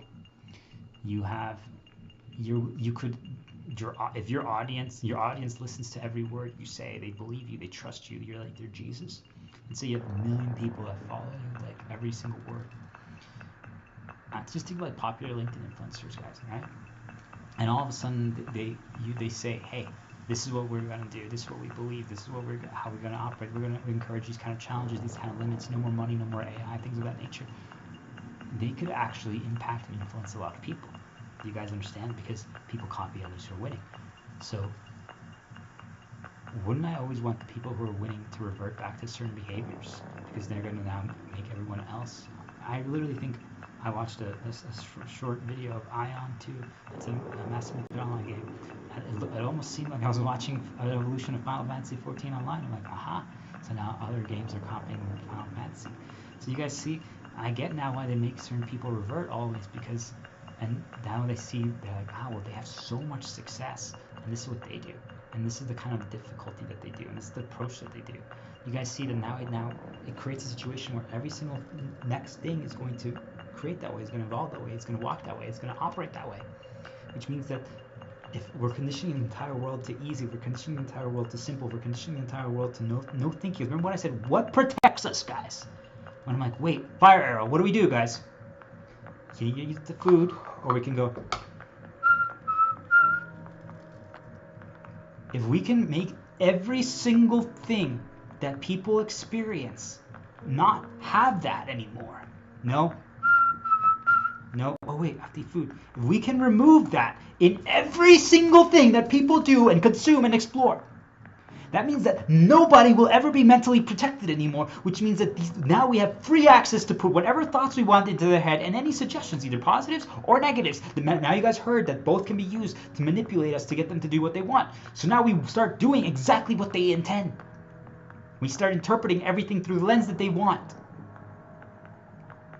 You guys see that they target specific people to always make them revert back to what got them the victories by targeting their negatives and by presenting positives and making them overwhelmed. And if they ever do try, they don't get results, and they go back and they go back and they go back to when they did win. So then it always just ends up being the same thing, and then all the other people who copy them and follow them and believe in them just end up now becoming simpletons, idiots. No thinking anymore. They're not protected, ever.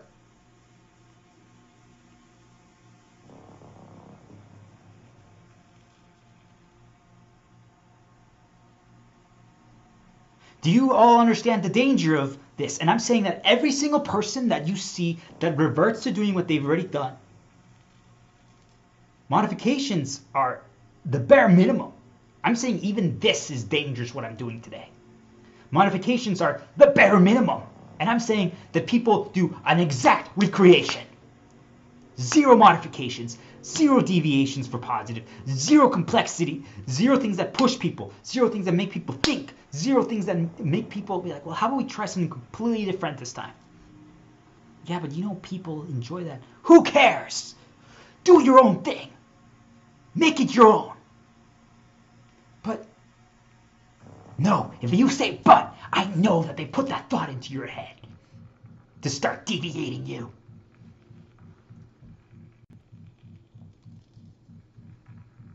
So what does this all lead to? Everything I just discussed.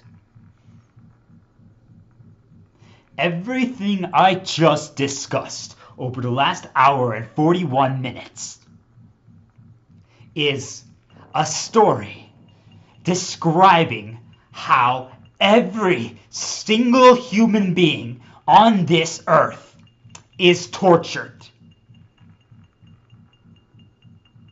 That is what torture actually is.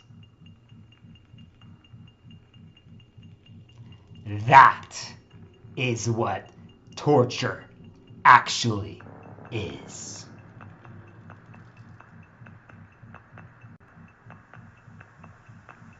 I'm going to get more water so I can spill on myself. But I want you all to think about that. You mean the reason they revert people is through planned torture? Wait, that's what torture is?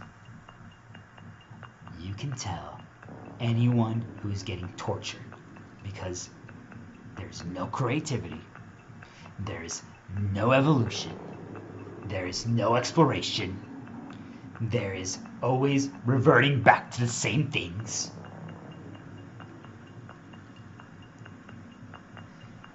Anything that people showcase externally to the world, if you see them revert to something, you know they are getting tortured. Yet they don't even realize it because it gets crafted and presented in such a way as like, wait, because we're all trying to figure out how we win. What got us our victory? What made us achieve? What made us be at our best? That is what all of us, I know all of you do this, so don't lie to me. I know this is what all of you do. You're always seeking, what got me my victory? When was I at my best? When was I at my best? And you usually grade it and base it off when other people told you, wow, you're so good right now. Oh my gosh, you're so good. That's when you all base it off.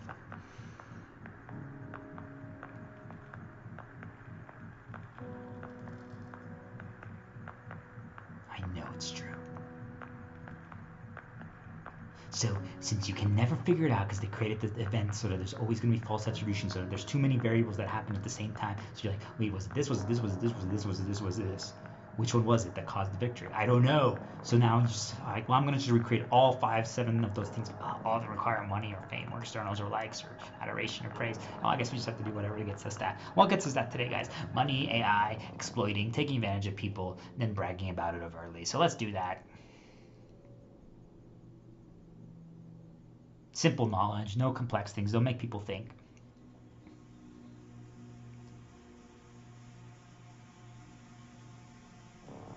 So you mean torture is presenting the things and creating the situation where you are reminding them of when they won?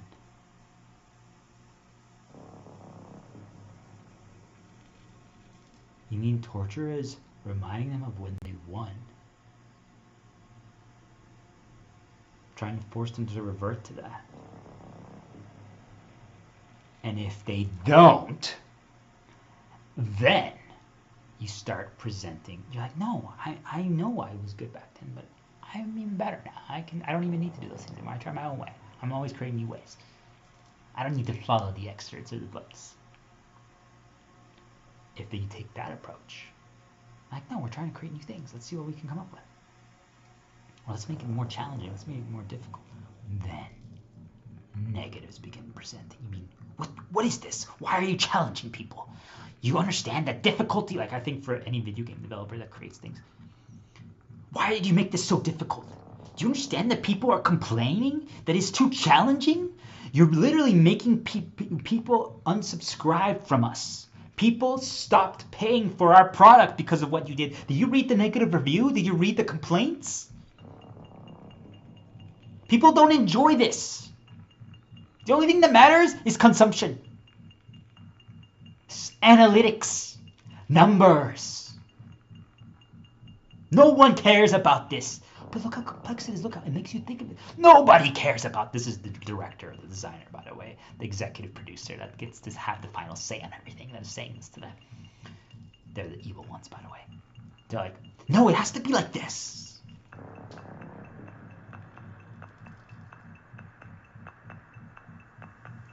So then, do you see?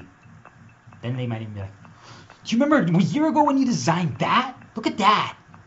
That was really good. That's the victory.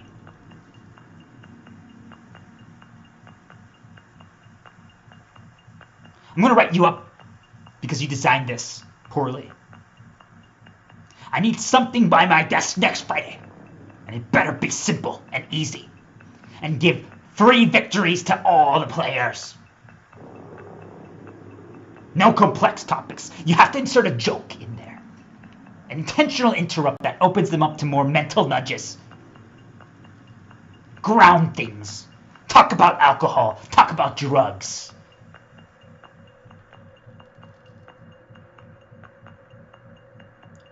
Yes, master. I will do that right away. Let me get some water really quick so I can spill on myself.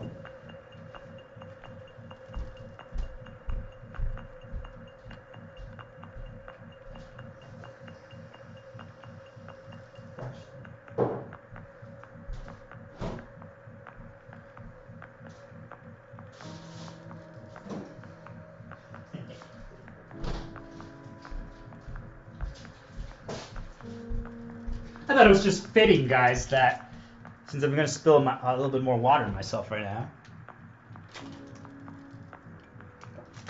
Look what I got here, guys. A chocolate muffin. What does it make you think of now, guys? Oh, shit. Anyone go to a pool recently?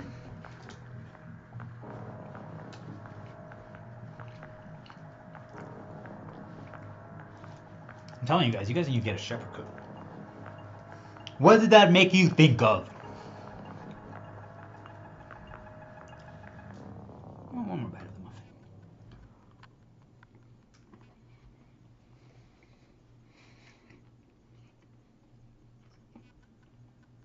I'm saying, guys, that's the punchline. Every single company, every single organization, every single friend dynamic, every single family dynamic, every single relationship, everything is tortured and controlled like this. If you only can expose it if you start intentionally challenging yourself and limiting yourself to not use the best things. If you choose to do that, I'm telling you, instantly, the whole process that I just talked about begins.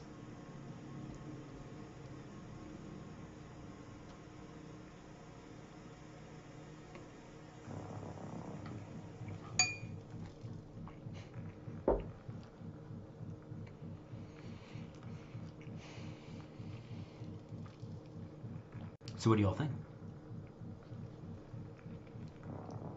Have you ever conceptualized torture like that? That you mean, wait, designers, creators for companies that do things, are creating for products and doing things, even reps at companies, everyone. Do you guys understand? You mean anyone who is getting enslaved, is getting requirements and punishments placed on them, and being told they have to go revert to something, you mean that they're being tortured? Yes.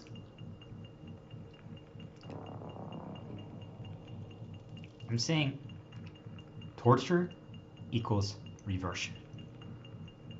Torture equals reversion. If you're reverting, it means that you're being tortured.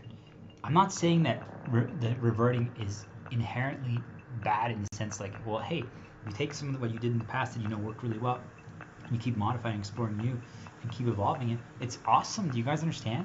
Sure, you reverted a little bit, but you made it your own, and you keep exploring. You reverted just a little bit to start the path for yourself, and then you made it your own.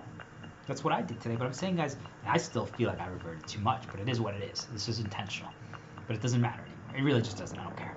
But I also, to really hammer the nail in, I just want people to understand is I have been getting tortured relentlessly for the last 2 to 3 weeks. It's been absurd.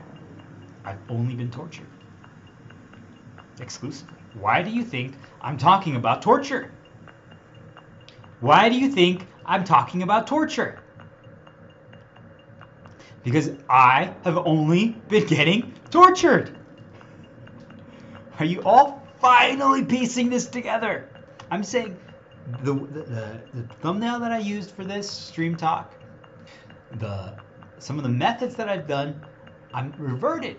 And I'm saying it's because I've been getting tortured. I'm using this as proof that this is how it happens to all of us. So if anything you guys watch, like let's say there's a TV show or movies or a book series, and there was one time there was a deviation that happened. Regardless of the result, most people think that all the reversion happens because of the result. I'm saying the result makes it a lot easier. If it was a negative result, it's the easiest way to make sure that they're going to revert. But I'm saying they don't even have to have a negative result. See, I'm saying they just have to create the torture effect. You could be only getting positive results even when you deviate, and they can still make you revert because they can just torture you now through the way I said that I discussed and explained extensively. I'm telling all of you is that if you notice anything revert, like your favorite author, your singers, the artists, everything, like it seemed like they were exploring something, they were trying something different, and then they reverted. We always think it's they're selling out, they want the numbers, they want that. I'm like, it not even is that. It's part of it, but it's the torture play in itself, the whole thing. I'm saying that the numbers are one piece of the torture play. That creates the comparison, that creates the reminder, that teleports them to bring them back to when they had the success. So then what they're doing is they're trying to identify what caused the success, what led them to succeed that time.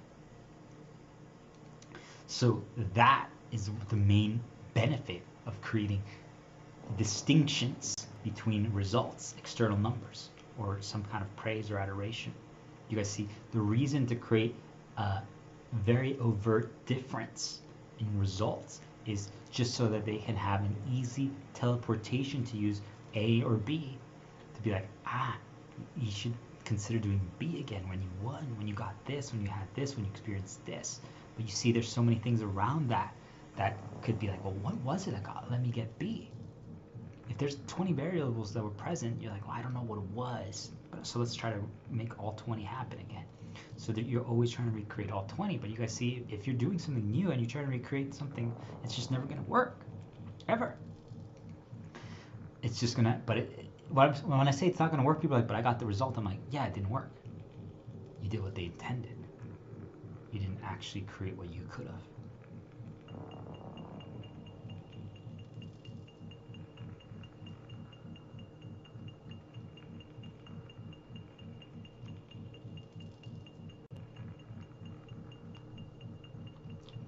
I'll give you guys an example.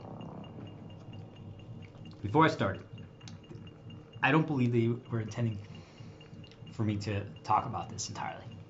I now believe that I share my vessel with multiple things, different types of spirits.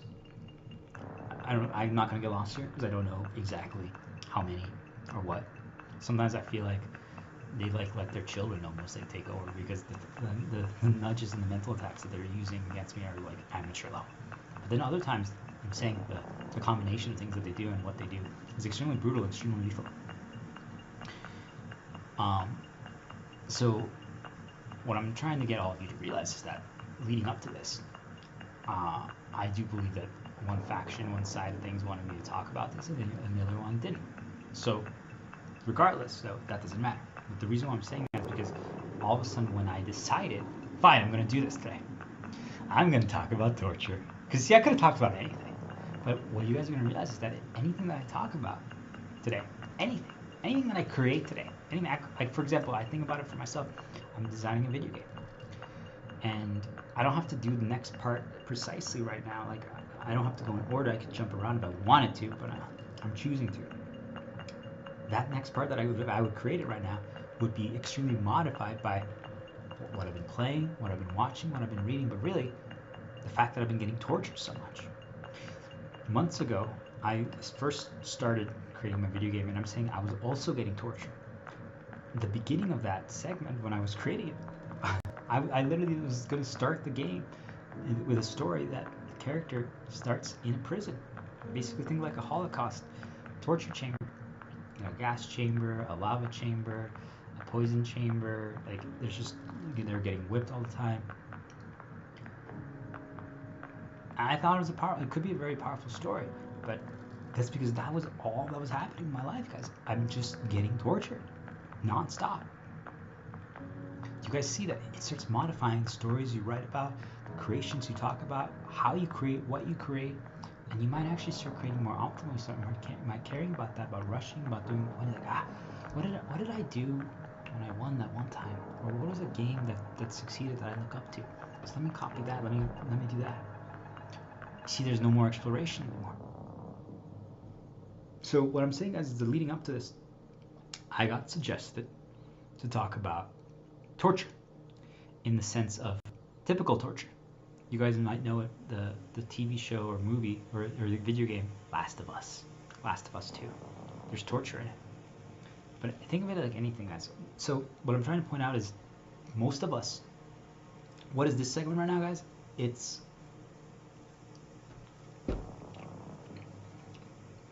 what most of us think torture actually is.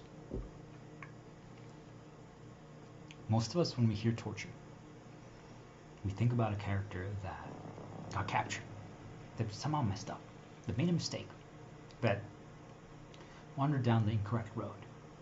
And because of that, they started bumping into things or encountering things that they shouldn't have. Think of it like they got taken hostage. That's what you guys think of. I'm telling you guys, we all do, including myself. What did I say? I was going to design a game that had like a gas chamber, a lava chamber, like a area where they get whipped, where they get. Like, you guys understand? Spike traps, like things of that nature.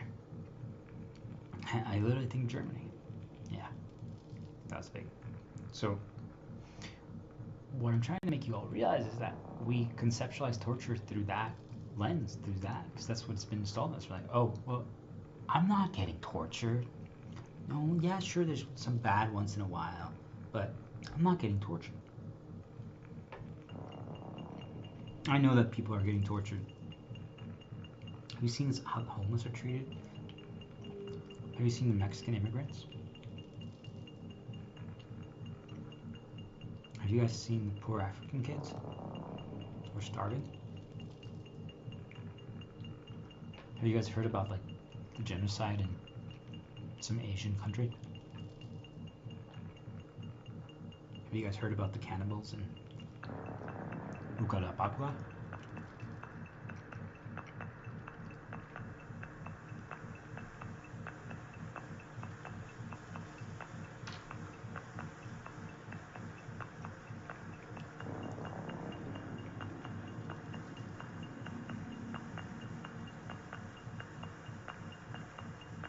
Wait, what? You're saying those are not torture? I'm saying those are horrible things. I'm saying they're ridiculously terrible. They should never happen.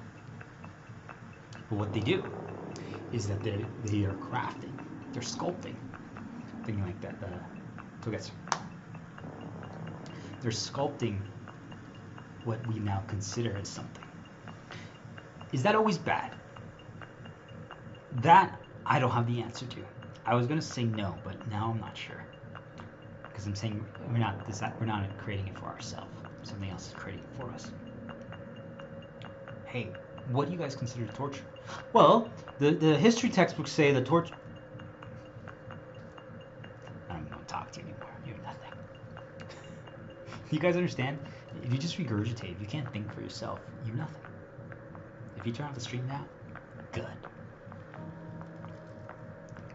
You're not welcome here. You're one of the evil ones. You're the enemy. You're fully under control by them.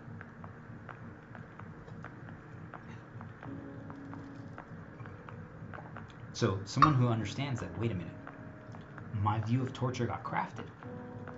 That's what I view as torture. Like someone like trapped in one of those Iron Maiden things, getting impaled by spikes, or like being burnt alive, or John Freeman, or being whipped, or being in a fortress and they create a gas chamber or something, and then there's like hyenas that gnaw on them, or they're just getting like stung by a million mosquitoes in Puerto Escondido. All those things, I'm like, that's what I think about. Do you guys get it? Like, I think we all do.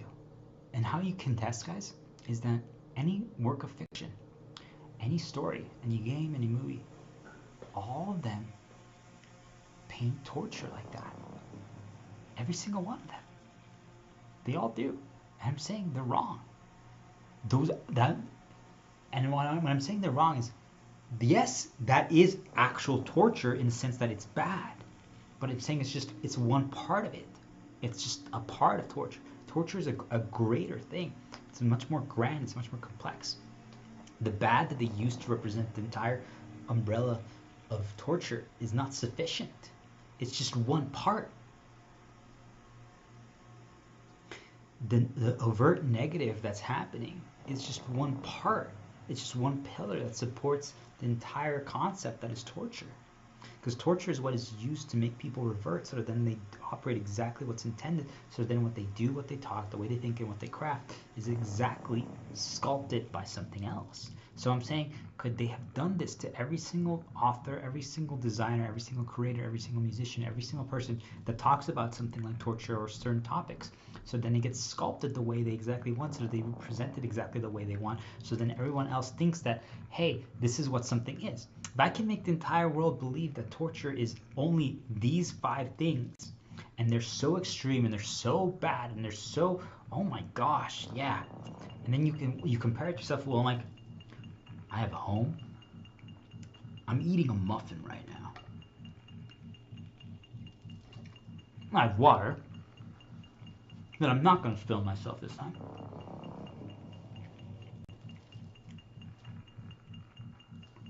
And for all of you, it could be maybe you have a job, maybe you have pets, maybe you have a girl by your side, maybe you have children, whatever. Okay? The point is, you guys see, if I can sculpt what a negative is, make it so extreme, make it so bad that essentially no one is ever going to experience that, unless on a rare occasion some might. And if they do, it's actually why does someone around them experience it? Because usually it's not us itself, ourselves who experience it, someone else does. But that other person that does, if they survive to tell the tale, what does it do? It makes everyone else now like, oh my gosh.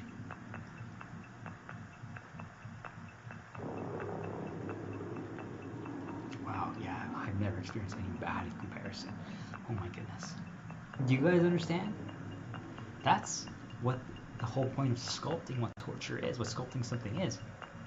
That's why they create scientists, that's why they create experts, why they create universities, why they create degrees, certificates, courses, because they sculpt what, and they create the one victor. Like I think of it like Final Fantasy 14 Online now, World of Warcraft. They win. They're the one that determines everything. That's, you have to do it their way. There's no way. I'm not saying it doesn't work. It's not saying it's not a good way, but that's it now. That's the victor. There's no other way. If you can sculpt that, do you guys understand? Now everyone now compares to that. Like, well, am I losing in comparison? Or what an ideal relationship looks like, or what an ideal situation looks like, or what's the way to do this, or what's the way to do that. If you can sculpt that through, and how do most people learn? By consuming stories, or by talking to the people. But then they tell stories, they tell their experiences. So if all those other people are also following down the path, the sculpted path, and now everyone now compares to that, it means that if they don't have that, or they're not experiencing that, they think that there's something missing, they think that there's something wrong. So then they're going to search for whenever they got closer to experiencing that. And if they got closer to experiencing that with the variables that they did, then they're like, oh, when I was doing that, I did something correct. So they're always going to seek to try, and they can't attribute what it is, so they're always going to try to recreate and seek, what was it that I did then? What was it that I did then? What was it that I did then? But going back to torture, what I'm trying to make you all realize is that if you sculpt the negative, right, of what it is, everyone's going to be like, I could tell you, I could ask the majority of people, the majority in the entire world, hey, are you getting tortured? Most would probably stop talking to me. Most would probably think I'm stupid, I'm weird, I'm crazy, I'm a problem, I'm the enemy, I should be avoided. That's because that got installed in them. You guys understand? That I can't choose anymore. But that's not today's topic. But it got sculpted in them. But I'm saying I could tell them, like, hey, are you getting tortured?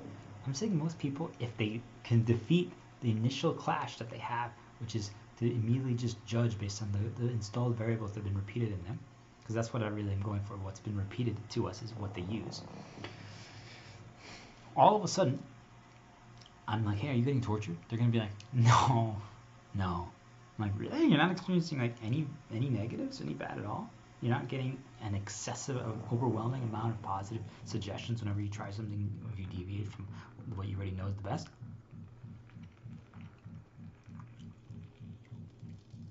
I mean, I guess. I mean, was that, wait, what? What was that? Wait, who even are you? What are we talking about? You're fucking weird. I'm gonna block you. Wait, what? So you are getting tortured?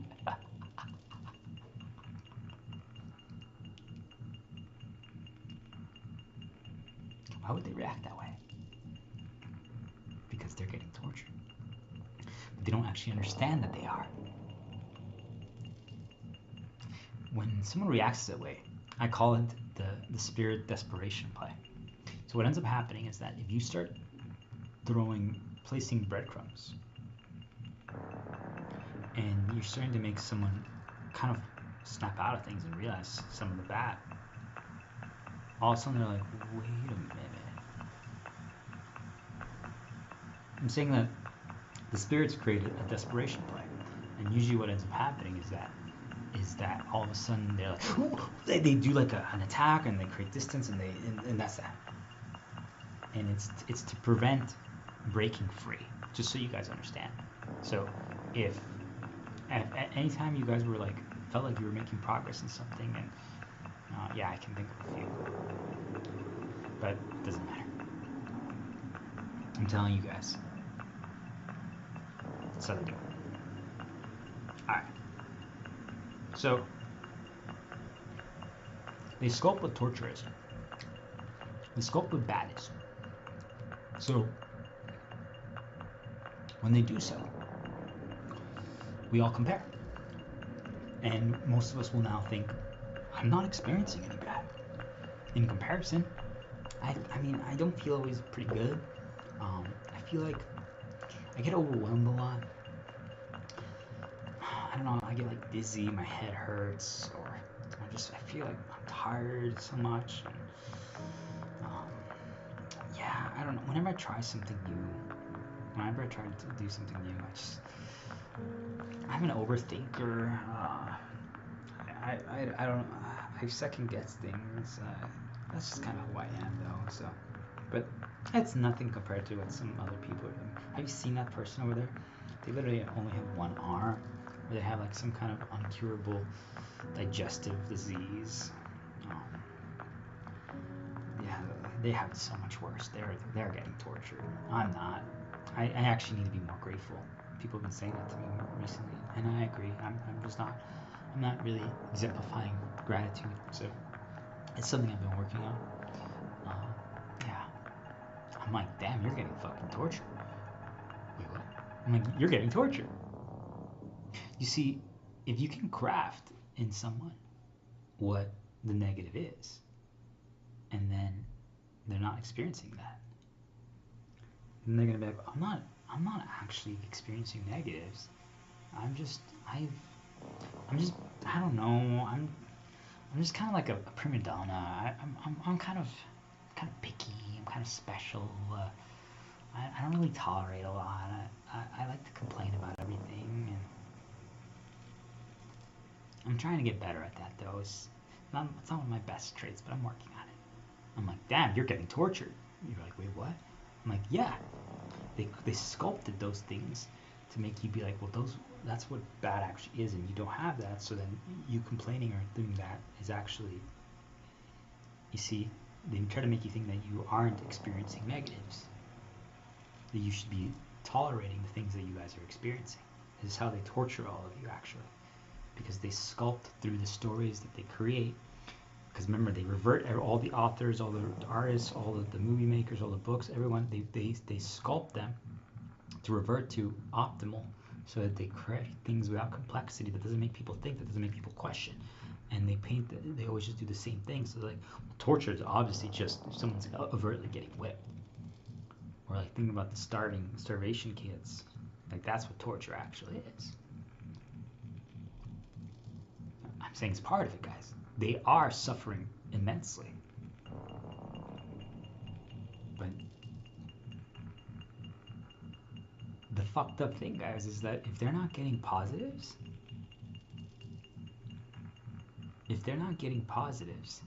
then those individuals are not actually getting tortured.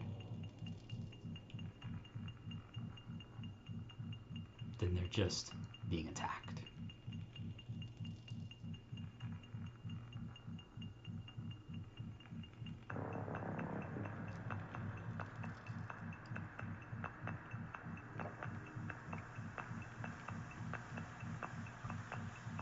You see, guys, torture involves positives as well, because it needs us to revert to some of our behaviors. And what I'm trying to point out here, including myself, is that every single human being on this, an animal, a creature, everything, is actually experiencing positives, even the ones that you guys think aren't. I've used the example in the past, but think about like a Holocaust prisoner. They do suffer an extreme amount of negatives from the Nazis, but there are times where they actually get fed. They get a bed. They might actually have like an hour a week to like go to like a church, and they get to like pray or like listen to some religious scripture that makes them be calm. Or maybe like they give them an hour a day to sing songs or something. You guys get what I'm trying to say, is that a few positives are allowed. But what those are meant to do is they're meant to make them revert to specific behaviors. Because we always think that the torture is just the negative aspect of like, revert, revert, revert. I'm like, that won't work, guys. Holy shit, it's the answer. Now I'm realizing that doesn't work. It's why most torture scenes fail, is actually what I've realized. And they're right, they're correct.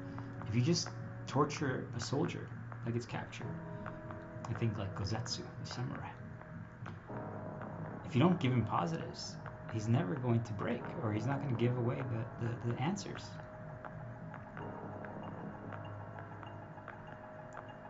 That's where they get it wrong.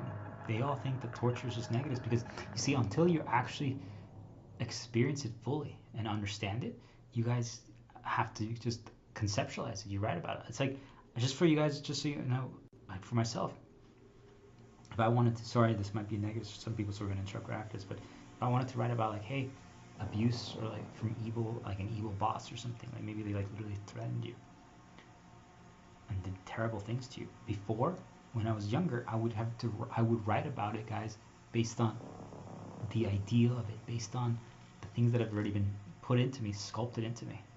I'm saying if you actually have been abused and tortured and beat up and attacked by like your boss, you actually can write about it in a very different way than if it's someone who just is writing about the idea of it. The idea of it is still powerful, but what I'm saying, guys, is that if people get deviated, if they're getting tortured and they revert to just writing about it in very generic, not complex terms. There's not a lot of thinking that's happening.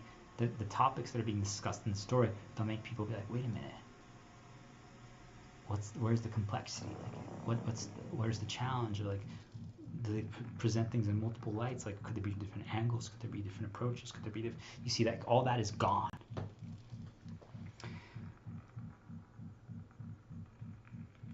So that's how I know. I'm like, damn, most people haven't been tortured or realize that they've been tortured. They have. That's the thing. Everyone is getting tortured. All of us are getting tortured. I'm even getting tortured right now, just so you guys are aware. They don't want me talking about this at all. It's not easy, but I got this. We're also going to go a little easier in a little bit here, but oh, what did I say? We're going to go a little easier here in a little bit, but I'm doing it actually intentionally, just to talk about it through my own lens. Right now I've been educating, so it's a little different. So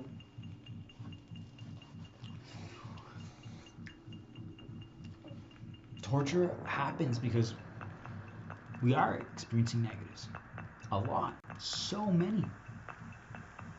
Then we're getting presented positives that try to make us revert, or to try to make us think that we can achieve something, or when we did have something, or that we can get something again, guys. Because it's just trying to make us revert. Just, can you go back to when you were making so much money again? Please? Please? No. And then every time you get punched, you see a girl that literally is like, yes! I said yes! I'm gonna be your wife! And you see that the husband just put like a $40,000 diamond ring on her finger. Then you get punched the other way. And you see the girl's like, of course I'll go on a date with you. And he arrives with his expensive car. You guys get what I'm trying to say, is that you get the negative, but then you see a positive. That, hey, if you revert to that time period or that things or that approach, you'll get the positive. So you see, the negatives are only there to get us to stop what we're currently doing, to deviate us, and then to revert back to what they want us to do. That's all it is, guys. That's all it is. So what did they want me to do? They wanted me to talk about what torture is, but they're a very stupid story. Where it's just getting beat up, and they wanted me to use an overt story that already exists, rather than creating my own. Because if I use one that already exists, you guys see it, I can teleport people to specific time periods when they consume things or when they did things. Versus when I create my own, I'm thinking, and people have to think as well. I'm saying now, guys, muffin, water, pool, white bikini, fire arrow. Do you guys get the difference?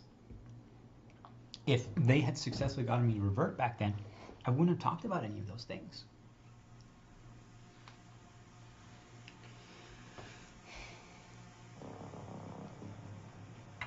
Torture. Torture is not just what's been sculpted for us to believe. It's not just the negatives. They have to present the positives. They have to. They have to. It's a necessary It's half a piece of the puzzle. Imagine if I told you guys the half of torture is the positives. Half of torture is the positives. Not that you're going to harm your positives. That isn't part of it.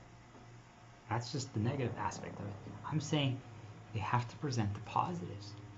Well, if you do this, you revert to this. If you get this, or think about that when you were doing that, what worked back then? Shepherd code, using food.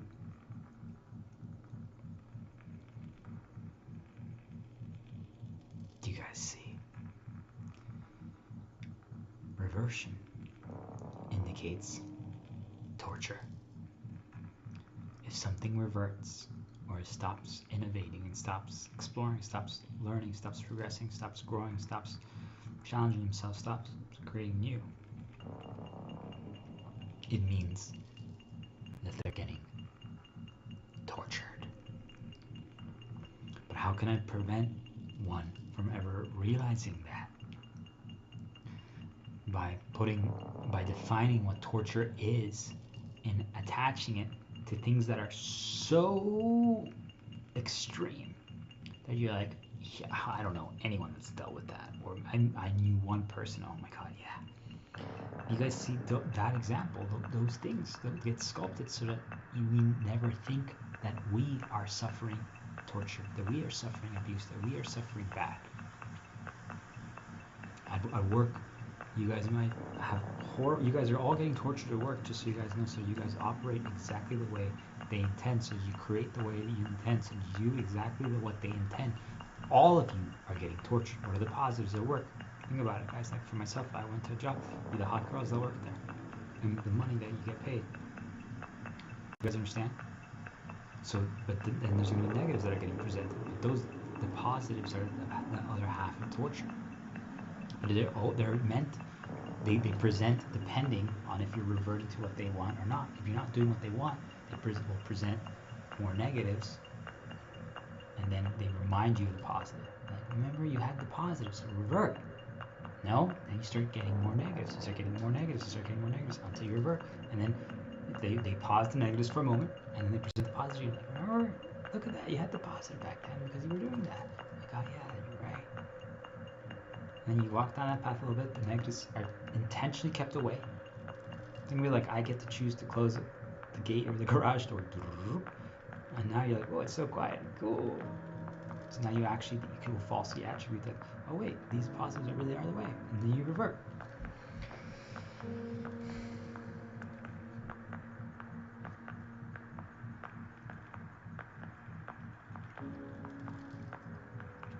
They keep out of reach the understanding that maybe I am getting tortured. Maybe I am suffering. Because they define what that is. So we all think, no, things could be better, but I'm not getting tortured. I have really high standards and expectations, and I'm like, no, you're getting tortured. You're getting tortured by your boss. Your boss is fully enslaved, and they're torturing you, and they're using all the people around you to do so. Because that's what they do. They use the people around you to do so. That's how they torture people, just so you guys understand. They use the people around you to do so unless they're free. That's how they torture all of us. And if they can't, if you literally block everyone, I'm telling you guys, then they use direct mental assertion. That's how you can expose it. Just temporarily stay away from everyone for a little bit and watch, and then just start pushing yourself and exploring you and creating you and evolving. You guys are going to realize that this entire play happens that I talked about today. It's literally absurd. I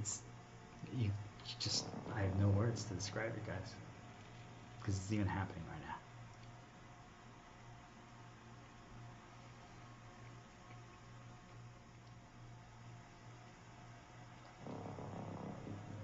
They sculpt what torture is to make you all think that you're not dealing with it. I'm saying you all are getting tortured. That's why you feel like you all need to revert to the best things. That's why you feel like you need the results. It's why you feel like you need to compare yourself. That's why you feel like you need to just do what's already known. You can't create new, you can't make things more challenging, you can't explore, because and if you do, I'm telling you guys, they start presenting all the themes that are related to something, your negatives from your past, and then they start only reminding you of that, and it just ruins anything that you do next, or you just create and operate to think the way, based on all the things that have been repeating. You just feel worse, you don't even understand, you don't even think that, you think that they're kind of harmless, like, it just doesn't matter, it's based around that time, but you just feel worse, you don't even understand how it's happening. I'm saying they're torturing you. But the reason why it has impact is because it's happening at the same time as positives are happening. They remind you what you achieved, where you were, what you're capable of doing, what you already have done, what you almost got, what you did get. And then whenever you do feel, oh wait, they actually let you try again. They let you try again. I'm telling you, they temporarily help you regain faith and belief to try again, only to make sure that they can plan intentional failures. And when they're planning those intentional failures, then they reinforce them with the negatives yet again. But now that intentional failure's only purpose is to permanently be used to be like, remember, that was the intentional failure. Remember you tried another time and you had much more success. What did you do that time? Well, you spent some money. I bought new clothes. I used AI. I drank alcohol. I ate chocolate. Oh, got it. So you see, what are all those things? They're all related to money, they're all related to externals, they're all related to easy, they're all related to not complexity, they're all related to not thinking, they're all following already a laid out path, they're all following the guide, they're all... No, I'm not going to do those things. I know that I do things differently, but it's my way, my approach.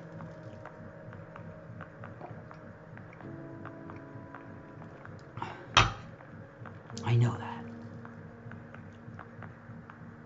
And then the negatives will start. All right.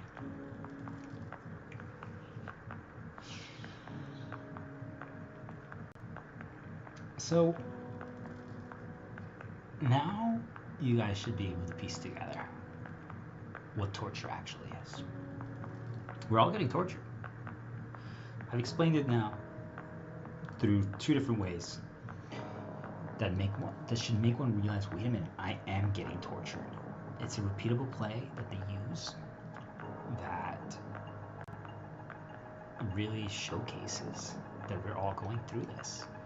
And it's how they deviate all our creations, all our actions, the way we think.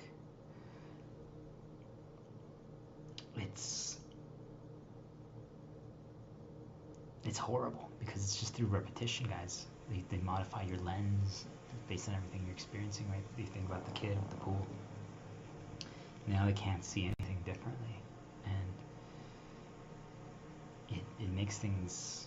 It's just really sad because now they just view things permanently as negative, or certain other things as permanently as positive. Regardless if it's true or not, you guys see they can't think anymore.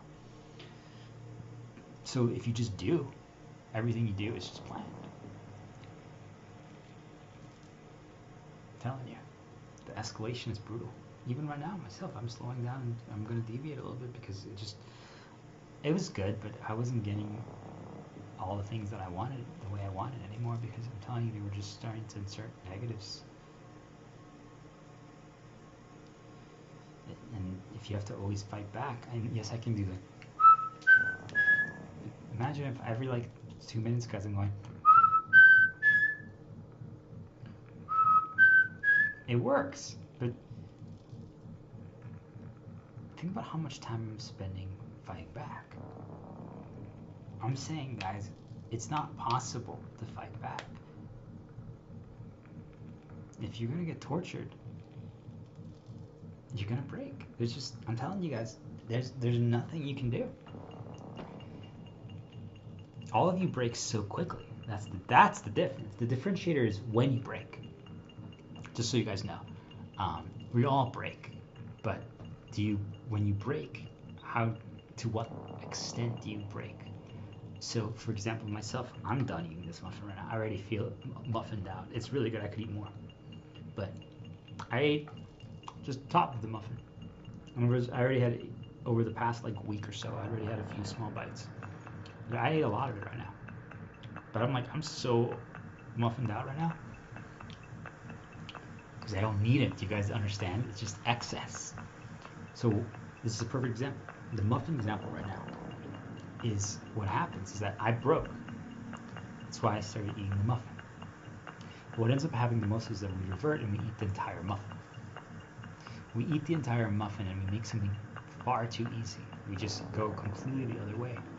And at first, it might be fine if you were just exploring. Like, all right, fine, I'm going to just make it so easy. Let's just, so that I don't experience bad anymore. Let me just have the muffin. All right, one last bite. Cool. All right. And you get to, like, in the video game encounter with the fire, you get to 1%, you're about to win. You're at the final point, thinking the fire again. You're about to win. And you're like, oh, that was just way too easy. You know what?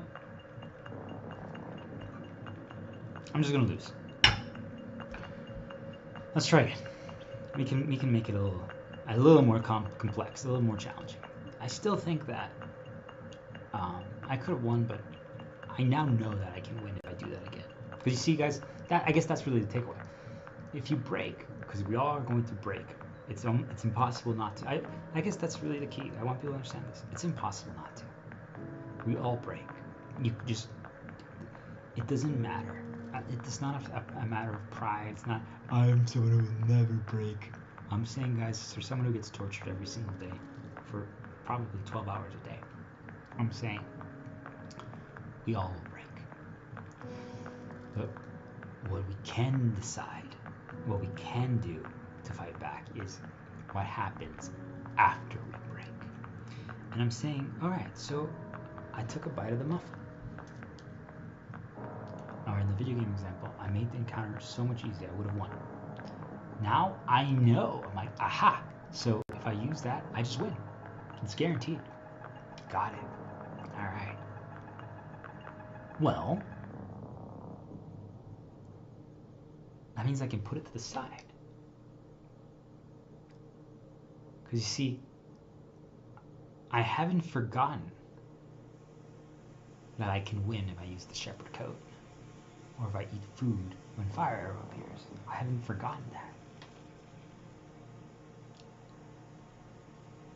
Doesn't mean that I'm going to succeed immediately if I try again with that. It might take an attempt or two just to like get back in the groove of things, but you guys see, I now know the way to win.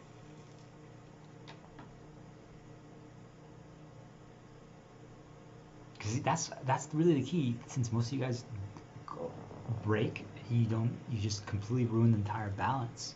You guys don't actually know what it means to win, like what it is that causes it. I'm saying if you have to start identifying that. So that's why not going to extremes is the answer, but that's what we're building up to. So you're like, aha, so if I win if I use that, got it. If I equip the shepherd vest and the shepherd coat and the shepherd talisman, I just win. It's not even fair.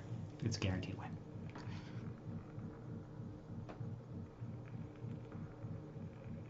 All right. Let's try without. Oh my gosh, we lost immediately. Holy shit.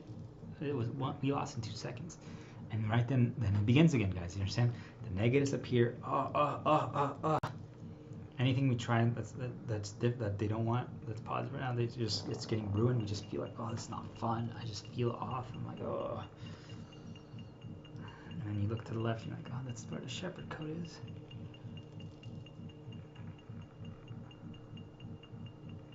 No. How about this time? I know that the shepherd coat and the food thing work. What about if we, instead of, like, so in this case, guys, think of the muffin, right? It's a little harder to do with the shepherd coat, so I'm going to use food as an example. Things like, you only use, like, one sleeve of the shepherd coat. So I'm like, I know the muffin works, eating food right when the fire arrow shows up. Can I just have this little crumb?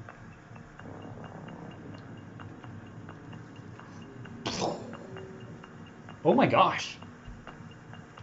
That helped. I barely survived. Oh my goodness. Oh, I'm like playing catch up now. Like I'm literally behind. I'm like struggling. I'm like, oh my god, oh my god, oh my god, oh my god. You guys see? I survived.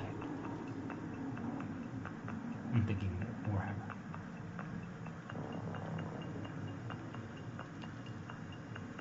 I survived. I mean, it's like, oh wait, I just gotta run, keep running. I gotta avoid everything right now, but I'm alive now. All right. That means that I survived with just a little crumb, guys, of a muffin.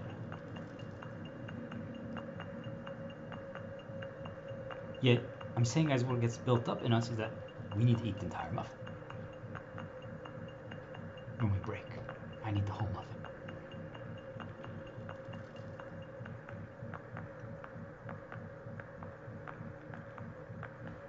You mean this would be enough? And it's not even necessary. It's not, because I could go the... But this works.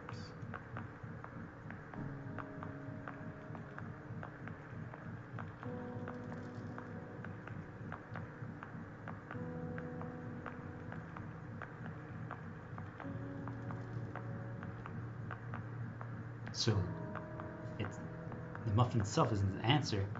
It's the whole approach and process behind that. But they attach it to the whole muffin, and eating it, that is the solution. But just eating something that has a strong flavor profile, something that changes our focus for 1 second and then back, be what actually is the benefit.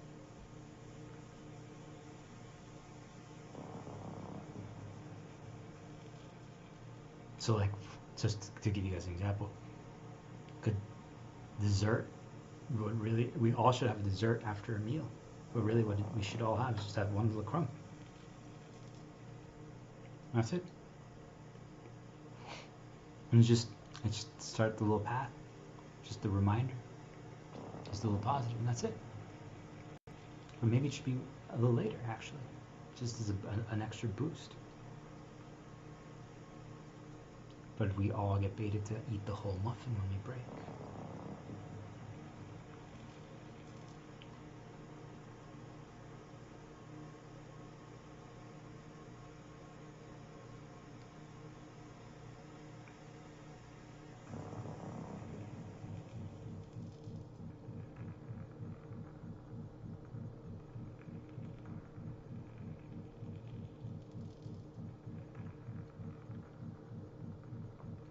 You see,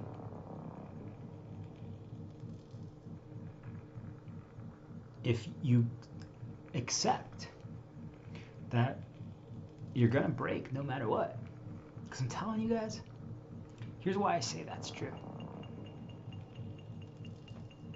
I'm gonna actually move away the muffin, and I'm gonna get more water. Here's why I say it's true. Why you're gonna break no matter what. Why do you guys think? Think about it right now. Why do you guys think you're gonna break no matter what?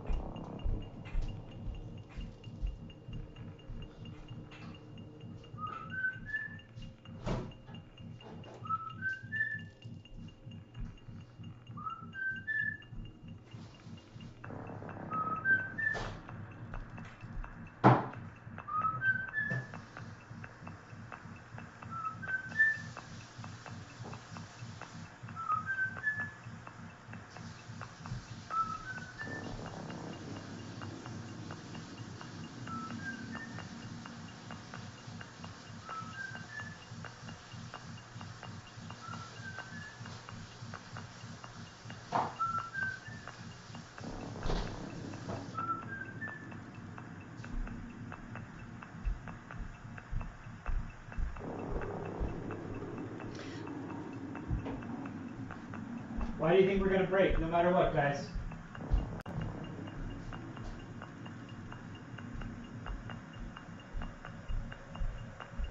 What am I doing right now? I'm going to go to the bathroom for 1 minute. What am I... what's the underlying what I'm doing right now? I came back with a plain piece of bread. I got water. And I'm going to just go to the bathroom for 1 minute. And I'll be back. But I want you guys to think about it. Why are we going to break no matter what? What is it that I'm doing right now that's proof of that? What is it, guys?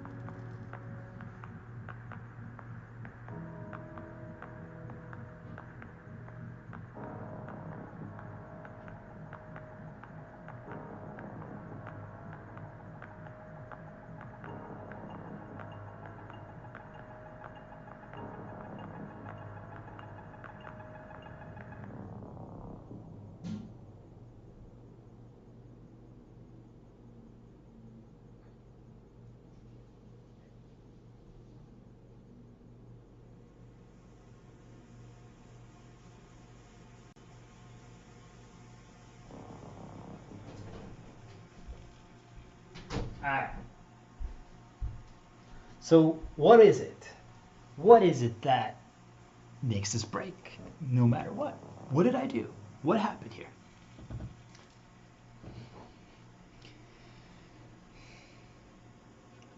A path had begun.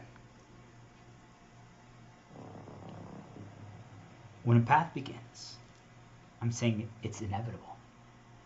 You can actually fight back and destroy the path. You can, just so people are aware, you actually can. Do something that requires an excessive amount of focus, maybe force some negatives, frustrate yourself, prevent yourself, like keep things out of reach intentionally. Yeah, you can destroy the path. But hear what I'm saying. You're destroying the path intentionally.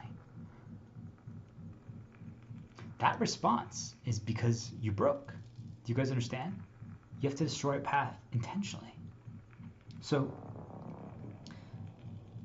I've wanted just to get some more water and move away the muffin, so I stopped eating it. But then I'm like, you know what? I'm just gonna have some plain bread to also showcase the difference. Now I'm satisfied with plain bread.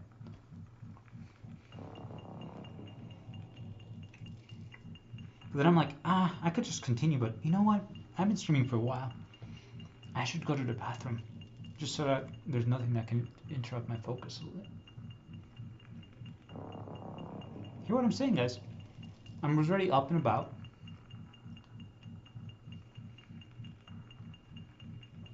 Might as well just do it. You see, when the path begins, it's the correct play. I'm like, you're right, it's the best time to do so. Might as well just do it all right then. But what else happens, guys? Why is it inevitable that we will break? Because when we are now on this path, and we're just doing more things and more things and more things, what ends up happening is that we start getting exposed to new information, to new things. And going back, it's teleporting you guys back to the story. This is what it happens. It teleports us back to things. It reminds you of, do you remember when you spilled water? All of a sudden, I can tell you guys, I felt all of a sudden that my clothes had gone wet. I've been talking for hours now, and I've completely forgotten about it. But since I went to the bathroom, I remembered.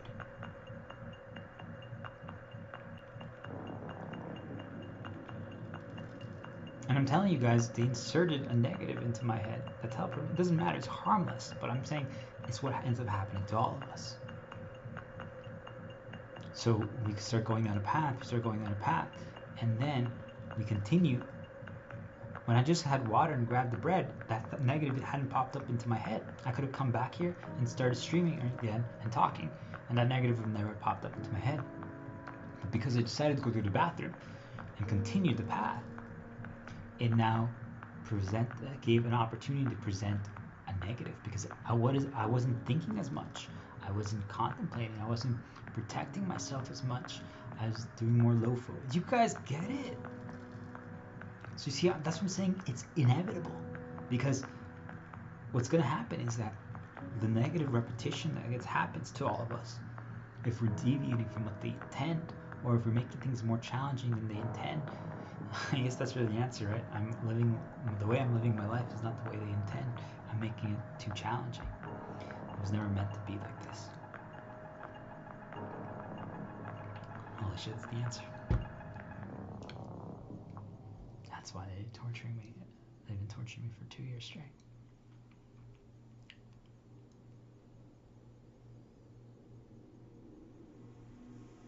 It was never intended to be like this.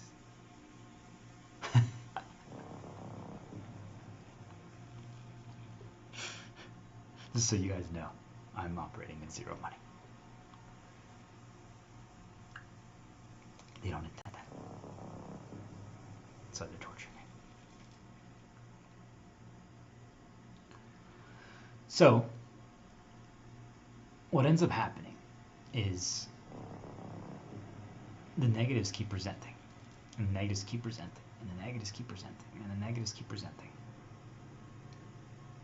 And then the positives start presenting, which is, it'd be really nice right now to go on like a resort trip, or get like one of those really fancy resort massages. They're really good. And the hydrotherapy spa circuits, those are really cool. They're just so different. The environment is so neutral that there's so many positives and calming, and you're just like,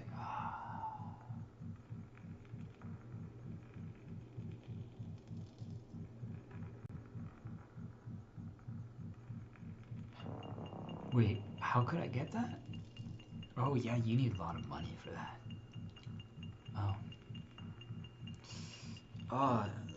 Yeah, I don't feel that good right now. My head hurts. I don't know, anything I try, I'm just getting reminded a lot of negatives. Someone just walked by, or like my family members just told me, like, yeah, we just came back from a nice resort trip. Oh, the massage was divine. All of you guys think that that's harmless. Many of you might view it as, fucking braggarts, just bragging. I'm saying the brag is nothing. The brag is nothing. What the actual intended purpose of that, guys, is that they're trying to bring back recency to something. That's what it actually is. So when they bring back the recency of that positive, you guys get annoyed when someone mentions something like, it's bragging. I'm saying the brag is actually not the target. The target is they're throwing an axe at what they want you to focus on, which is something you could get or something that you've had before, to try to make you revert. How can you get that again? What is it that prevents you from getting that? Let's teleport to the past and think, when did I have that? What were the things that I did? What did I do? What did I have? All right, well, those are things I need again. All right, now that we've set that, now we've reminded them of capability, now we've reminded them what they can achieve and what they have. Now, start presenting the negatives. All right, let's see if I can do this entire stream just eating bread. Hey guys, I just came back from a trip and I had a great massage. They literally had like this super duper cracked bread with like a lava cake and ripe tomatoes with cayenne and gold sardines. Like, what? I'm just throwing out random stuff, guys. But my point is, whatever has been established as like the win, the ultimate, the good, and you're like, I just have like this. You might even just like take a bite of your bread, almost like concealing it.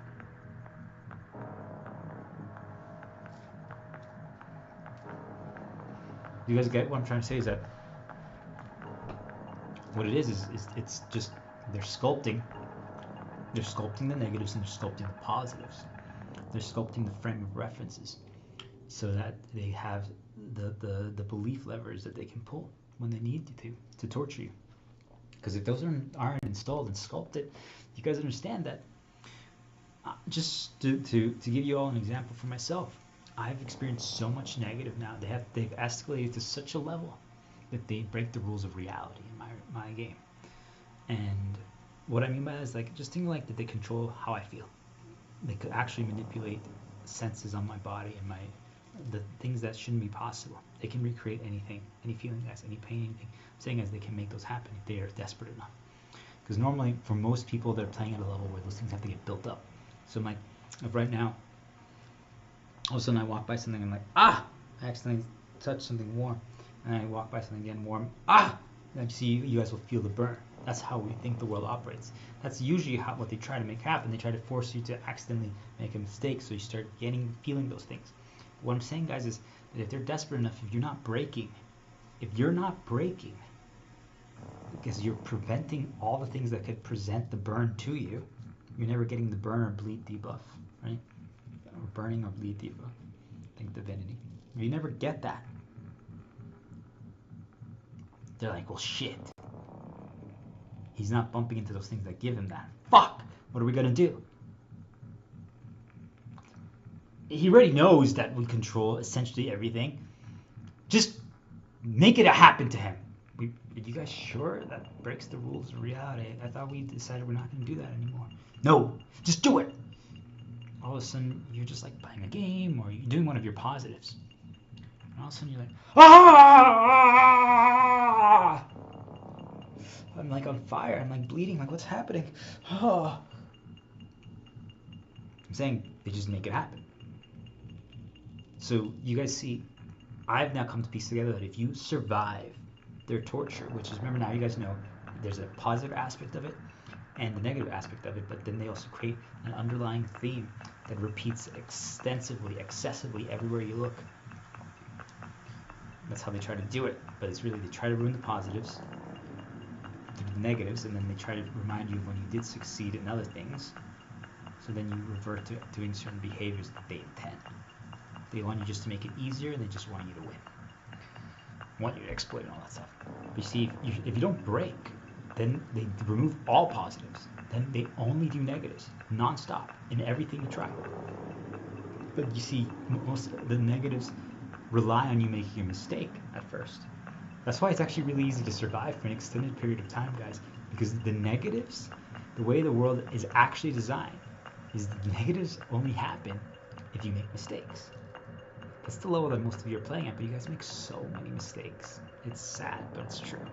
Because you guys take unnecessary risks, because you falsely attribute that what got you a result or what got you a victory is certain actions, and usually they're related to externals or interacting people. I'm saying those are all mistakes. So since they falsely attributed mistakes to what caused the victory, you guys are always just making mistakes, not understanding they're actually the mistake, but you think they're what got you the victory, but they're a mistake. So I'm saying, guys, that if you avoid all the mistakes, you don't experience bad anymore. They can't have that. Do you guys understand? Because if you're not experiencing bad anymore, and they still suggest you positive, it's over then. Do you guys get it? If you're not experiencing bad and you're only experiencing positive, well then, because then what happens is people are like, well, won't that desire like make you like get desperate and feel like you need it? And I'm like, possibly. But what ends up happening is that you realize if you learn this, you're like, the positive is just, it's a great reminder. It's like, yeah, it's a reinforcement. Something that I'm working toward and I can get eventually. And that's that. It's the negatives presenting that bring you back down to reality. Like, I don't have that. That's the problem. You see, like, they need both positives and negatives to do so, guys. But if you avoid all the negatives, then they're finished. You won't break anymore. Because I'm telling you guys, then they what exposes it, why I'm saying it's the answer, what exposes this is if you don't make mistakes anymore, they remove all positives temporarily. And that's absurd because you're like, wait a minute, I'm not doing anything different. I'm not making a single mistake. How is it that all my positives are just vanishing? And wait, negatives are just inserted into my head, or literally actual like feeling, like I'm feeling pain and things that from nowhere. And I'm saying that they're making those things happen, things that are absurd. You want to know how I know it's bullshit, guys? Is because something happens, and most of you guys will be like, oh my gosh, I need to go to like the doctor, or I need to get medicine, or I need something like that. I'm saying, guys, you don't, because if you start doing what they want, even for a few seconds or minutes, it goes away. It goes away. Sorry, doctors, and sorry, medicine people, but it's actual truth. It goes away.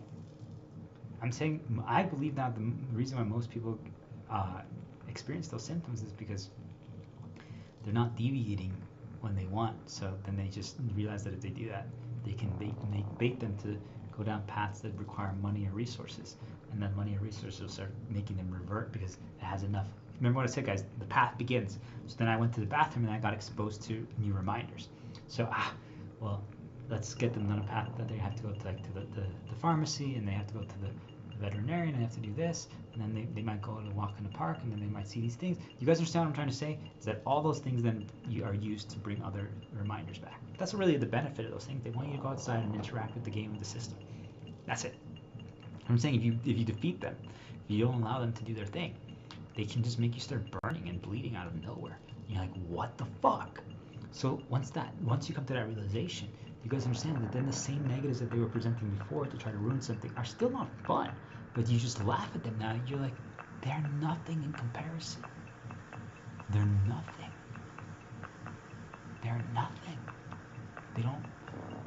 It doesn't mean that you can just charge forward like a blind fool, but you realize, wait a minute, holy shit. You guys see, that's the problem. They can't just keep presenting negatives. They can't just keep escalating the negatives, because if they do, it starts trivializing the previous negatives. Because if you go back and you start re-experiencing lesser negatives now, because I'm just saying their severity is so different, the lesser ones just kind of just are nothing. They won't deviate your path anymore. So what can they do if they are like, shit, well, because you see, you're not going to allow them to create new negatives anymore. So they have to break the rules of reality. They have to attack things that just, because really the reason why the sense one, guys, what I'm saying is, like, if all of a sudden, like, if right now, all of a sudden think like in those horror things, like this finger just started, all of a sudden, like, got bent and cracked in half. Oh! Out of nowhere. You see, even though that hurts, that's not actually where the problem happens in the torture, in my level. The problem is that I know that they bypass the rules of reality to do so. And it's extremely frustrating because there's nothing I'm still, just so you guys know, right now I believe there's nothing you can do. I'm trying to figure it out, though. If I figure it out, do you guys understand? They're finished, because then I will never break again. If I figure out how to then control the impossibility senses that they can fabricate out of thin air, then they're finished. They will never be able to control me again. But you see, I can get completely consumed, spending every second trying to analyze and decipher that. It's not fun. I'm saying, I was exploring, like, if I punch myself or like my legs and stuff, like, cause myself self-inflict pain, can I remove their sense? I'm like, yeah, it actually kind of works, but I'm like, but you see, is that really the answer? Maybe I should do the rubber band thing again. Just start whipping myself. You see, like, is that really the answer? I'm starting to think, like, is that the answer? Do we just have to just whip ourselves, essentially? You see, I'm thinking, I'm exploring, so have they fully broken me? No. But they still broke me. Well, how did I know they broke me? Because, guys, I watched a stream of myself that I recorded a year ago. A little over a year ago. 14 months ago. And I was getting nonstop torture as well, because I wasn't doing what they were intending at the time. Now I know that. It's because I wasn't doing what they were intending. That's when they torture extensively. So, and I wasn't deviating anymore, even when they were just presenting nonstop negatives, because that's what it is. I'm like, why were they presenting so many negatives? Because I wasn't deviating. The negatives were meant to make me deviate, and I wasn't. So I'm saying they kept escalating, guys, over and over and over again.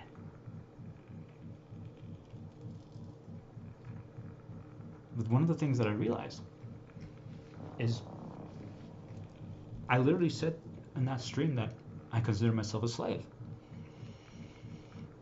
Because I'm getting tortured.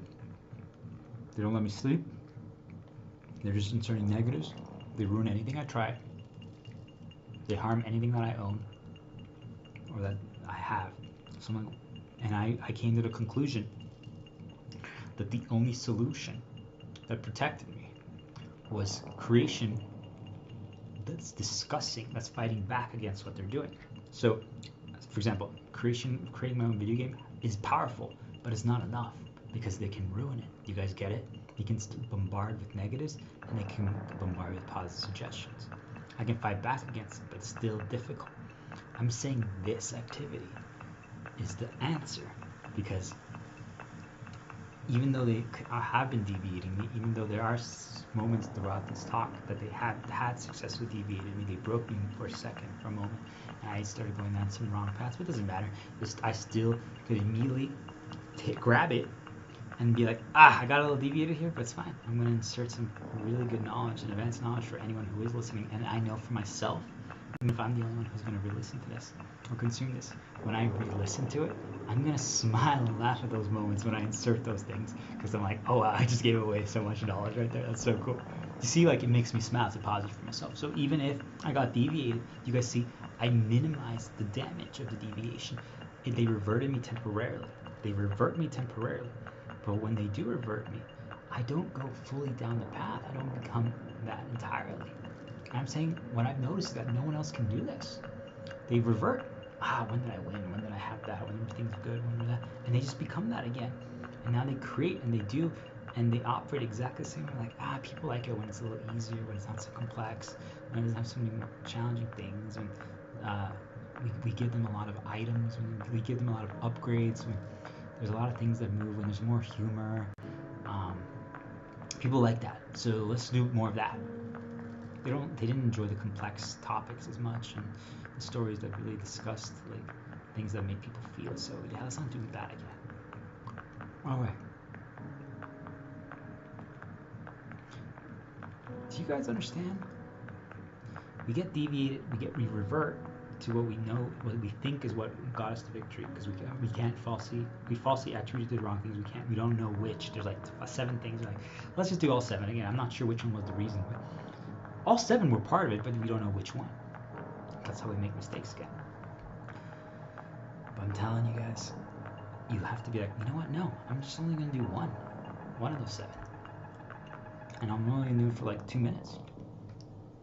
It's like for myself, I know that if I would revert to earning money again, or if I had access to money again, I would never become who I was before, because I had gotten corrupted. I valued money too much. I still, by the way, when I say that, I'm saying, guys, I still have moved it away. I believe that get what you need, and then you never have to spend money again, except on food. And once in a while, I would say a trip, just to completely disrupt your recency, experience new things. That's what I believe. I'm like, all right, we have all the furniture we need, we have all the tools we need. Now we don't have to buy anything again for like 6 months. That's how I operated with my girl and my kid at the time. It was great. But you guys see, they would always try to revert me with trips. That's how they would do it. And it worked. But I would catch it, and then I would defeat it again. But do you guys see? It was dangerous. Because they would start changing what I believe matters.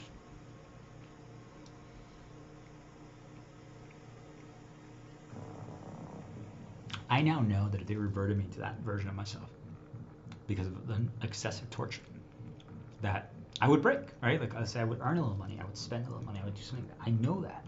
But what I'm saying is that it would be 1%. Like, think of it like for you guys, let's say they break you and then they give you $1 million. Here you go.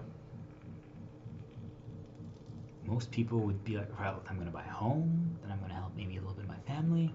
I'll get this and this, I'll get this and that, I'll get this and that. Then I'll maybe like invest the rest and do stuff like that. I'm saying could you be like, well, I'm only going to spend $15 and that's that. And then let's say $100 a month on food or whatever. Do you guys get it? Like, that means you didn't really break to an extreme. But enough about that. I don't want to go further down that path. I just wanted to showcase to people that breaking is an inevitability because of how much negative gets presented. And they keep escalating. They break the rules of reality. And now you guys know that they make you think that what you're experiencing isn't negative by making you think that other things are. Oh, that's what negative is. I'm not experiencing that, so I shouldn't be complaining. I don't know why I feel bad. Yeah, there's something wrong with me. I'm weird. No, they're torturing you. They're torturing you through the positive and the negatives. Now you guys understand how to do it. They create the lens of all the things that are repeating. I'm telling you guys.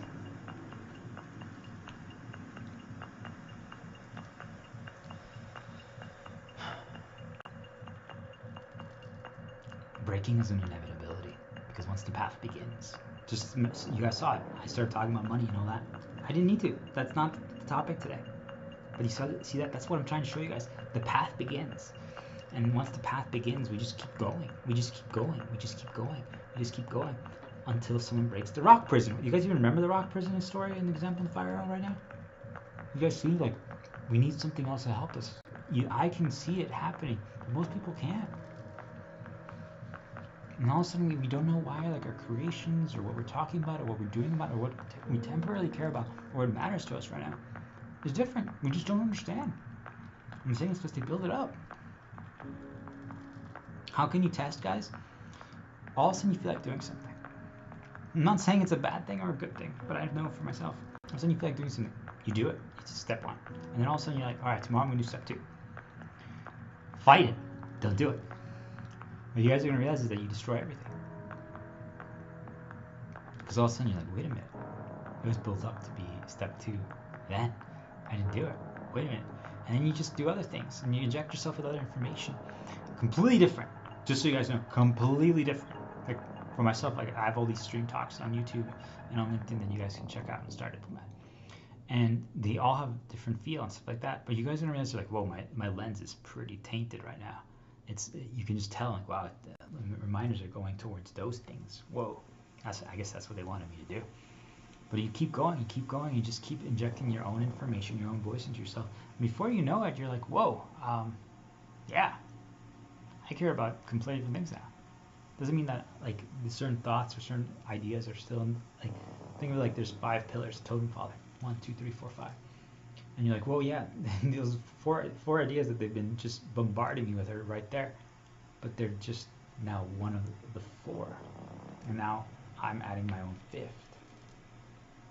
Whereas before, out of the 5 pillars, they had one idea that was on all 5 pillars. Do you guys get what I'm trying to say? Is that all of a sudden, then every pillar you look at, like, think of your brain has 5 pillars. I'm thinking like Tales of the Abyss, the Sephiroth trees. And there's these pillars in our brain, 1, 2, 3, 4, 5, and they're kind of like things that have been most reinforced and repeated recently. And you see them, and you look to, oh, and it's all the same thing. You're like, oh shit, all right, I guess that's what we're doing right now. That's how it happened. So then the path begins, and we just keep walking.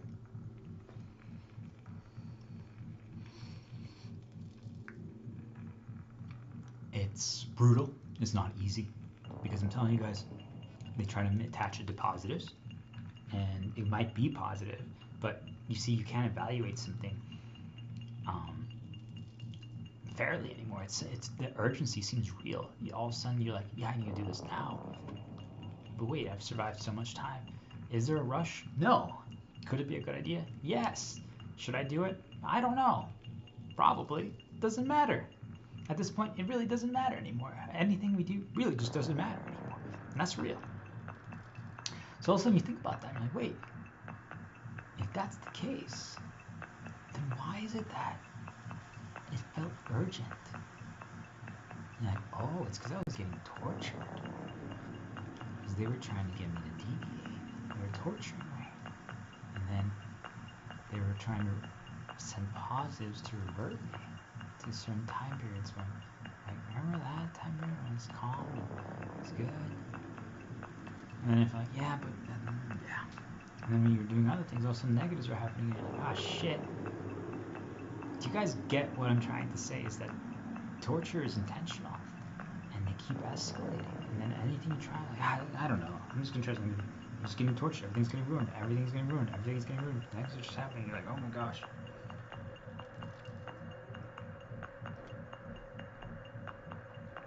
The moment you do nothing, that's when you can really notice it, guys. You slow down because, like, for myself, like, I'm like, you know, I'm gonna design my video game. So you slow down. Or maybe just lay in bed and, like, I'm just gonna read some of my notes that I use to, like, learn things or lessons that I've had. And you're like reading a little bit, but you see why this is why you guys can catch it, because if you're reading information that's completely different than what they have been reinforcing and repeating that they want, it's both the positive and negative, you guys are going to realize that they don't like that. It really pisses them off because it can change your path. Because you see, you're still breaking. Because what I'm saying is the torture worked. You broke. You're not doing what you wanted to do. You're not doing your positives. You're not creating new. You're not exploring forward. You're not changing things. But you're surviving. But now, so now let's say I'm reading my notes. I have a notebook where I write lessons from the things that I encounter and experience. And a lot of them are through video games, and I'm reading that. I'm saying that you can start reading it, and at first it's fine, but like after a paragraph or two, what you guys are going to notice is that negatives start happening, or the positive suggestion ideas start happening again. Like, well, we should consider doing that again. I'm like, you what? So you've seen immediately now your focus is starting to get taken over. And you're like, oh, and if you can, because then the rock prison gets created, and you're like, no. But now you continue, and when you continue, all of a sudden, think of like there's like little rock. I'm thinking literally just the drowned city of Scala, the rocks falling from the ceiling, and the flowing water. And it's right there, and you see it, you broke free, but then you see the rock that you just broke, and it's just laying right there as you continue reading. Like, all right, so where were we? Oh yeah, the torture they sculpt that torture is bad. So that what bad is, so that people don't think they're getting tortured, and they base it off of media. So they always think that they are not suffering. They don't realize that positives are part of torture. And then as you're doing that, you see to your left, you see the little rock that you broke free from. So now you're like, all right, and what else does it say?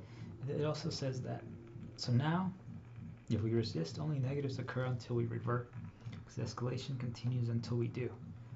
And then we're going to revert to what's safe, what's known. So now we don't explore anymore.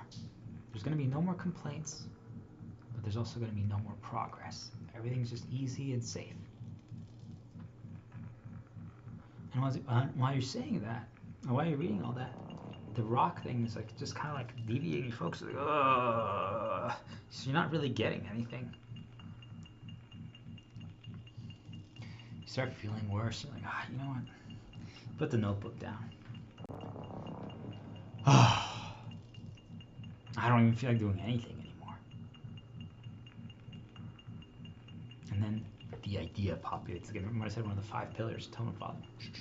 It's like, well, we could do this and change our story completely. We could revert to like earning money, or we could move to this location, or we could play this game, or create like this. Oh, remember we could design like this. Don't challenge the player. Don't make them think. Don't make them explore. Right? They think Forspoken, Advanced Star Online. Like, no, make dodge overpowered. Make the counter overpowered. Don't make them have to use their abilities in response to things. Don't make them have to eat food in response to the fire arrows.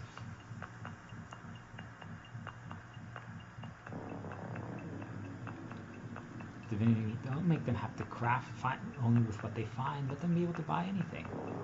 Let money be the solution to everything. Alright. And we revert. Wait. That's what torture actually is?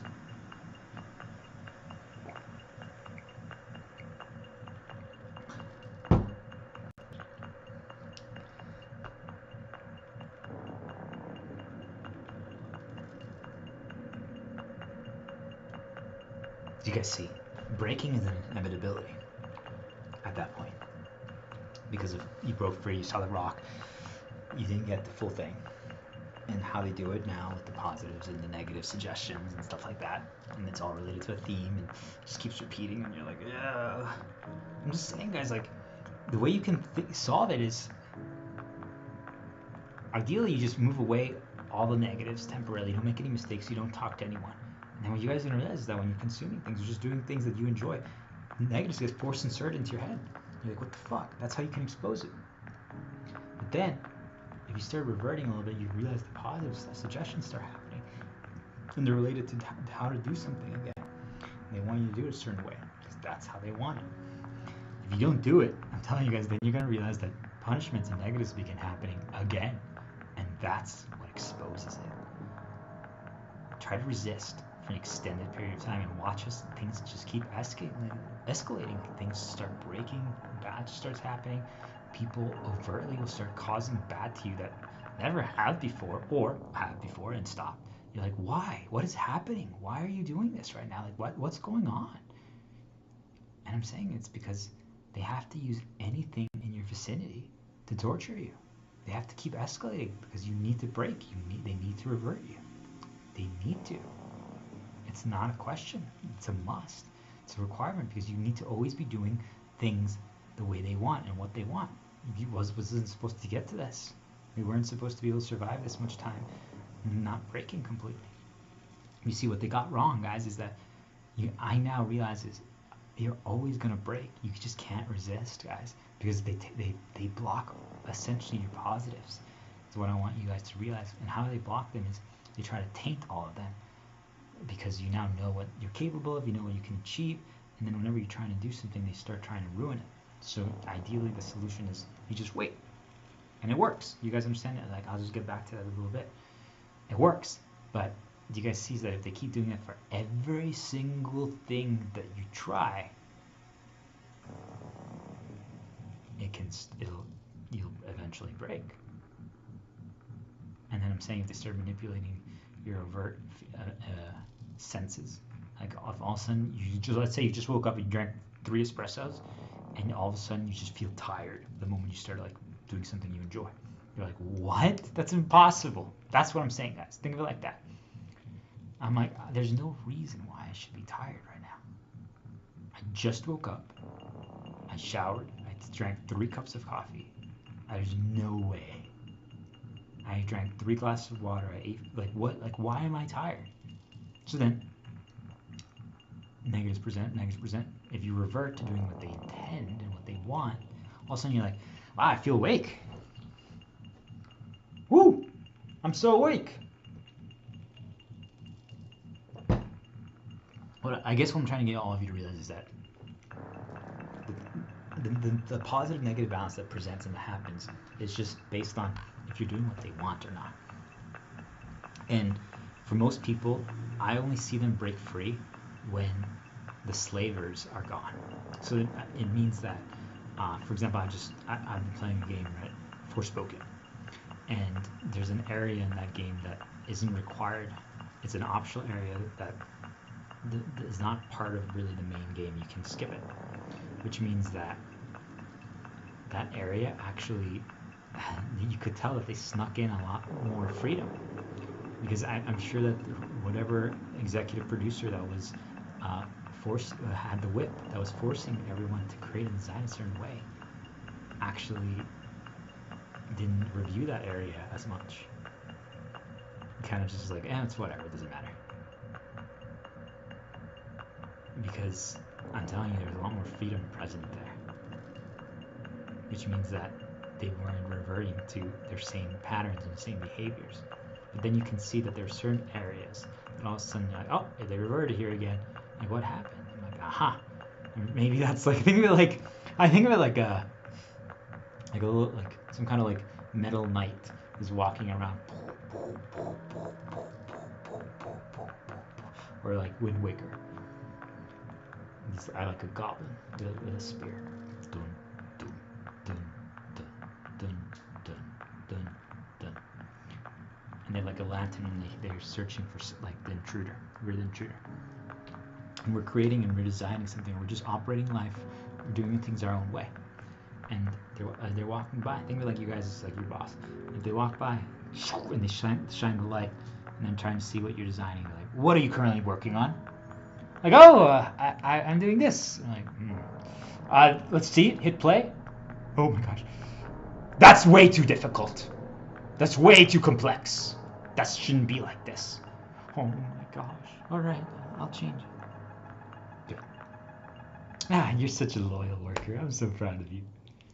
Dun, dun, dun, dun. You see, like it's something like that, guys. And I'm saying that usually most of us have to sneak the freedom.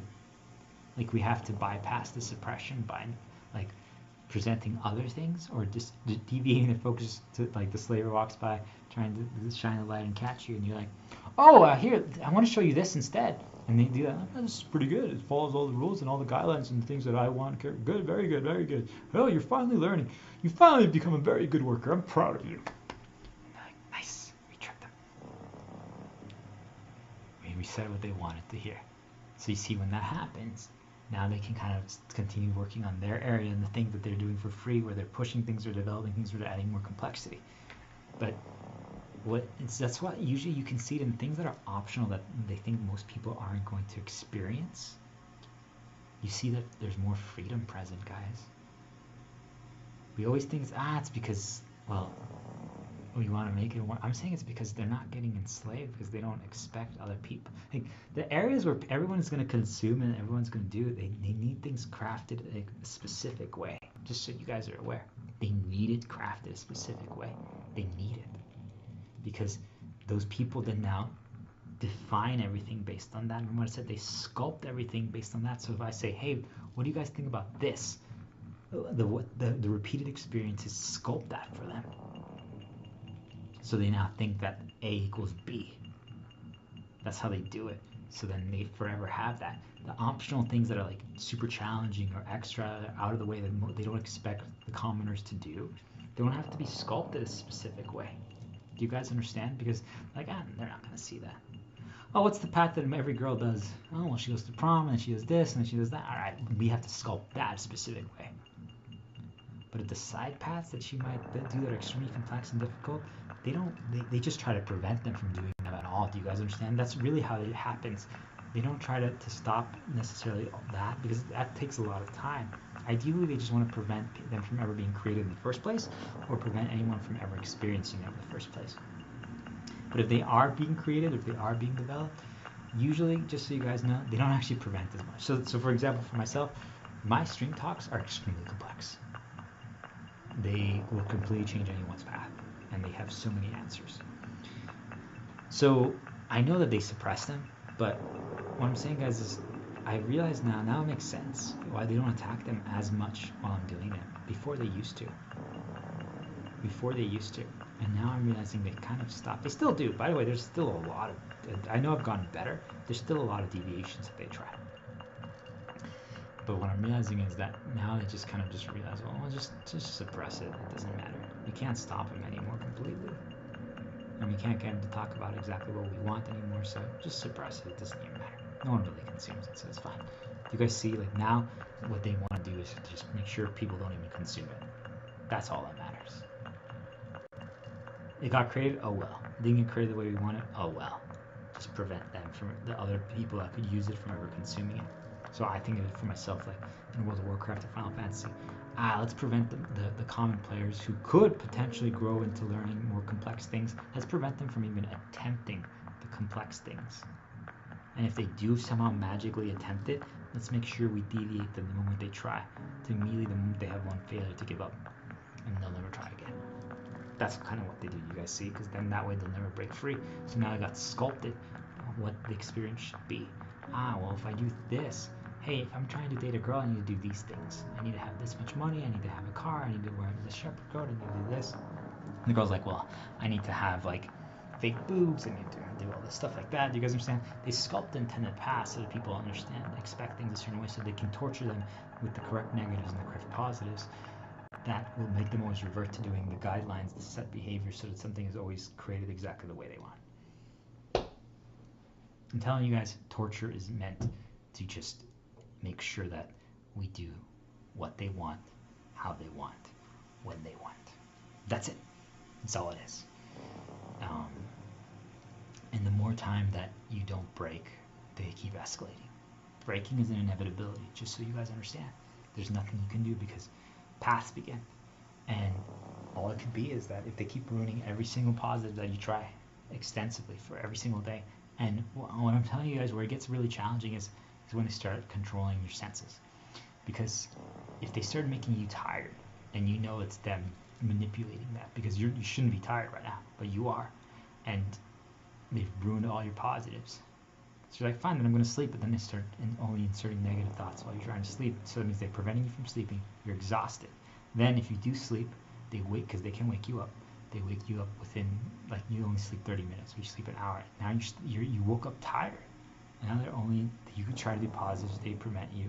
Then they start bringing overt negatives. And you're like, fuck, there's just negatives everywhere. So then you start trying to do your positives. And you start seeing some of your positives, and then you get reminded of what you had or what you could get again. Like, well, why didn't you try to get another girl? Or why didn't you try to earn some money? Or why didn't you try to see, like,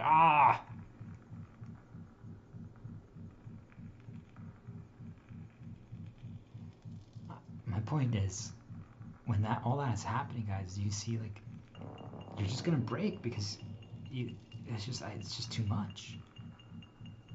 So you're gonna choose what is breaking, guys. It's just making it easier.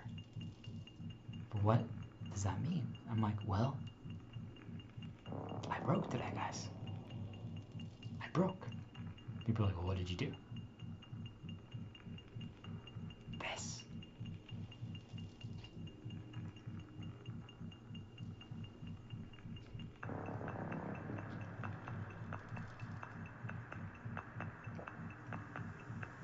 I'm saying, choosing to stream today.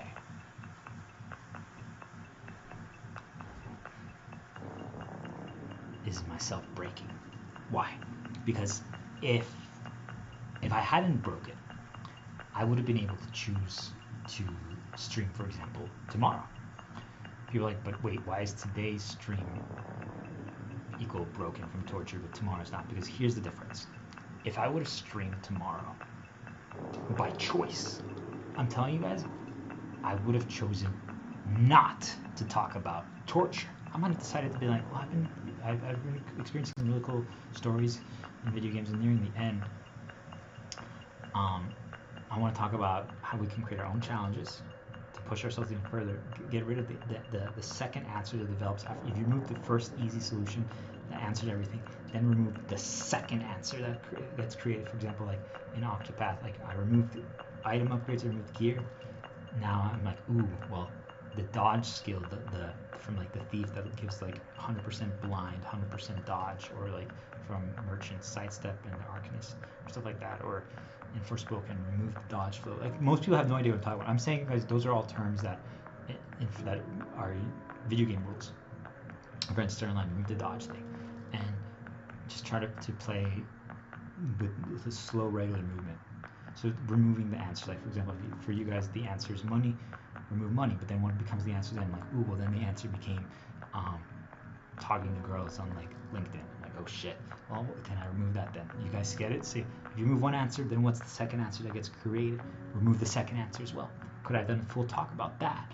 And then could I have also talked about, well, I've been playing a game that has a story that is talking about that we're trying to create experiments and tests to see what our worth and value is.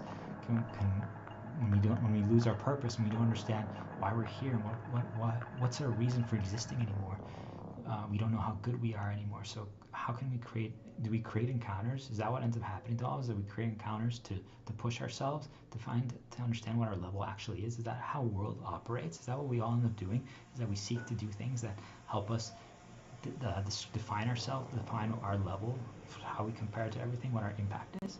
You see, like I could have done a full talk about that. I wouldn't have talked about torture.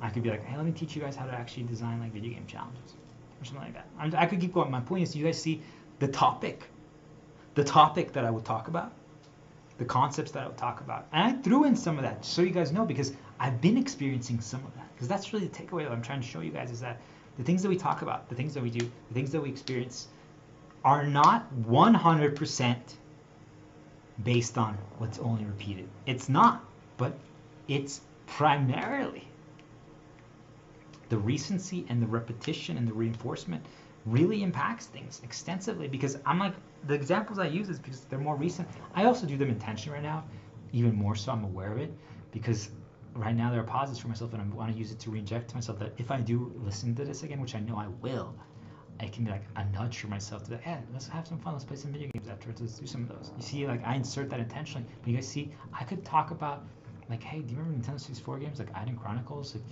it had really complex magic system. It'd be really interesting to play that today and try to learn all the systems that they had in place. I'm sure they had a lot. It was almost like an evolution of the first evolution of the Divinity combat system with like AP and like movement and stuff like that. It was actually extremely complex now that I think about it.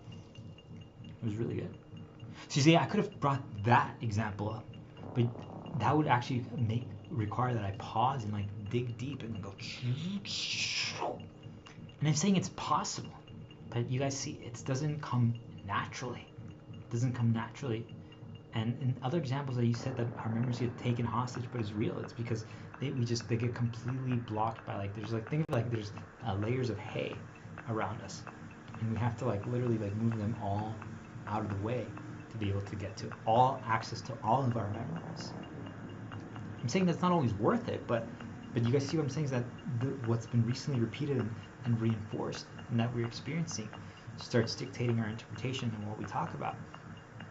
And so for myself, like I'm saying, ideally I shouldn't have streamed at all today. I've made this amazing just so you guys understand. This is what I'm saying. You can break, but you can make it as better than it needs to be. This had no right being as good as it turned out, considering what I've been going through.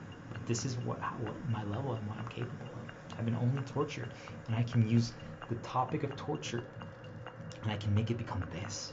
Do you guys understand the power of that? If you're only tortured and you can create something like this of knowledge, of understanding, of complexity, well, that really protects you. But you guys see, then this also now becomes the second answer. This now becomes the second answer, where it's like, it's the go-to for everything. It solves everything. I'm like, well, if I'm getting tortured, I just have to stream. But you guys see how dangerous that is then? That's what I'm saying. I'm broke because I stream. But to finish what I was talking about a moment before that, is that I'm saying, guys, is that I knew that I couldn't choose anymore. I knew that torture is so at the forefront of my memory right now, and what I've been experiencing and dealing with, that even if I would talked about other things, guys, that torture would have gotten weaved in. I know it. Just so you guys understand, I know it. And that when I say that, it makes me think. I'm like, yeah, I probably just shouldn't stream today. Like, just so you guys know, it's like when I'm designing my video game, if I'm like played too many other video games right now and just some things got too reinforced, I'm like, I'm gonna wait before I design, because if I design right now, the ideas from the video games that I've been playing are going to be at the forefront, and they might impact my design. I'm saying, guys, I can literally see other video game developers when they got influenced, because I'm like, they were playing that game. So right now they value like open world, or they value puzzles, or they value this right now, or they value that right now. And it's not always for bad. It's great to have some inspiration to see other approaches and other angles. But I'm saying is that if you don't interrupt yourself, if you don't change when you do something and you revert, is that, or if you see that they won because they did something, you're going to revert, and then now you're going to do things the way they intended. Like, they made this easier. They made it more about the feel. They didn't make it about the complexity or the difficulty. They just made it feel, it was a feel-good experience or challenge. I'm thinking like Delta Escape Alpha, an encounter which sets up the story of a dungeon that we're going to explore, and they made it more about the feel rather than the difficulty. And that's fine, but I'm saying, guys, if that keeps getting reinforced and rewarded, then they're going to think that that's the way, and there's no other way. So anyway,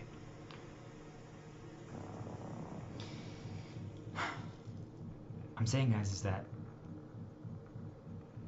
if I would have waited like a day or two, I could have chosen if I wanted to stream. not in response to being tortured, but because I'm like, hey, I haven't done so in a while. Intention, I know why, but also I just, yeah, it doesn't matter. But I wanted to create some distance from it again. It's too powerful. It really is. But it's really good. It really is. There's very few negatives to this, but it's too powerful. Do you guys get it? It's just too powerful what it can do. So sometimes I'm like, well, shouldn't I just be doing this every day then? You can see how that can be dangerous as well. Anyway, so I'm like, I have to be, I'm not, I didn't talk about my topic, my choice of topic wasn't free. How I talked about it was, but that's required excessive amount of skill, excessive amount of knowledge, awareness of how everything operates. I'm saying, guys, that I spend every second on this. I understand everything that has been happening today. And I'm saying I still got, there's moments throughout the stream that I got deviated and that they were almost successfully starting paths. And what I said, guys, when you start paths, you just keep walking and that's how we break. That's why I'm saying it's an inevitability. So imagine someone who knows all this, that can explain it like this, who can talk like this, is saying that it was not easy. The topic was guided at this point. It was an inevitability, but how I talked about it and what I talked about wasn't. It's not easy. If I tell you, if I put you in a room and I make you watch, I don't know, let's just say videos of forests and then a beach. You go through a forest and you make it to a beach. You walk through a forest and you make it to a beach. And then I'm like, all right, because this is how video game design works, guys. And then I give you this video game design program that I use, and I'm like, all right, you guys now get to design the map. Think about the environment. Think about, like, if you go outside, guys, the location where you are at, like where the trees are, where the homes are, where the signs are, where the rocks are, all that stuff like that. You guys get to design that. I'm like, well, what are you guys going to design? And there's like, I want you guys to design a path to a beach. All right, that's my prompt to all of you. How are you guys going to design it? I'm saying that if you've been in your room and you've only been consuming forest to beach, forest to beach, forest to beach, you might probably be like, well, I'm going to create a little forest area and then a beach. It might not come out the way you want it. It might not be good in your opinion. You might become, but how I would be that, because they sculpted the other forests now, right? You guys saw the forests from the other videos and the other games. You're like, they sculpted that. No, we're not going down a personal path right now. But they sculpted the video game forest how it should look like. So you guys see that. So then you're like, I'm not that good at it. Look at that. I didn't design such a good forest into a beach. The other ones are much better. How would you guys have known if you've never created a video game before? Do you guys see that they present those things first to sculpt it? So now they can torture you by presenting the negatives and the positives to make you revert, to make you operate a set way. You guys see, is now it's not easy because, but even I'm telling you guys, even if I didn't tell you the prompt was to design a beach, I'm saying a lot of people would probably, their design would be heavily influenced and have forest and beach influences because of what they've been experiencing repeatedly and being reinforced. Do you guys understand? It's absolutely not harmless. I'm telling you guys, anything that I experience now, I know the path that they're on. Essentially, I'm like, this is what they've been experiencing. This is what they've been exploring. But it's not necessarily easy to know the exact topics, but I can kind of tell if they were more light-oriented or positive, or if they were being tortured more. It's just that simple. I can tell. I literally can.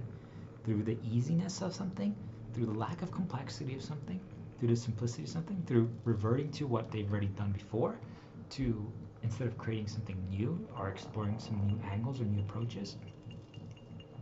I'm telling you guys, you can just tell. I'm like, every time they reverted, what happened here? I'm like, it's because they're getting tortured. And I can even tell in mine. I'm like, there's certain times when I went easier and certain times when I did some things different. And I'm telling you guys, I'm aware of it. So I'm always still trying to, I break, but then I know that what I've only been experiencing, I talk about it, but I choose to try to, what I end up creating, the final result, I choose to modify it for myself.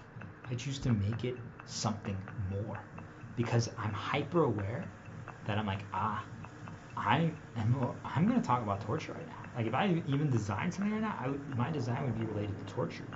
Holy shit. All right. So knowing that, should I probably design today? I could. But I have to be aware of that.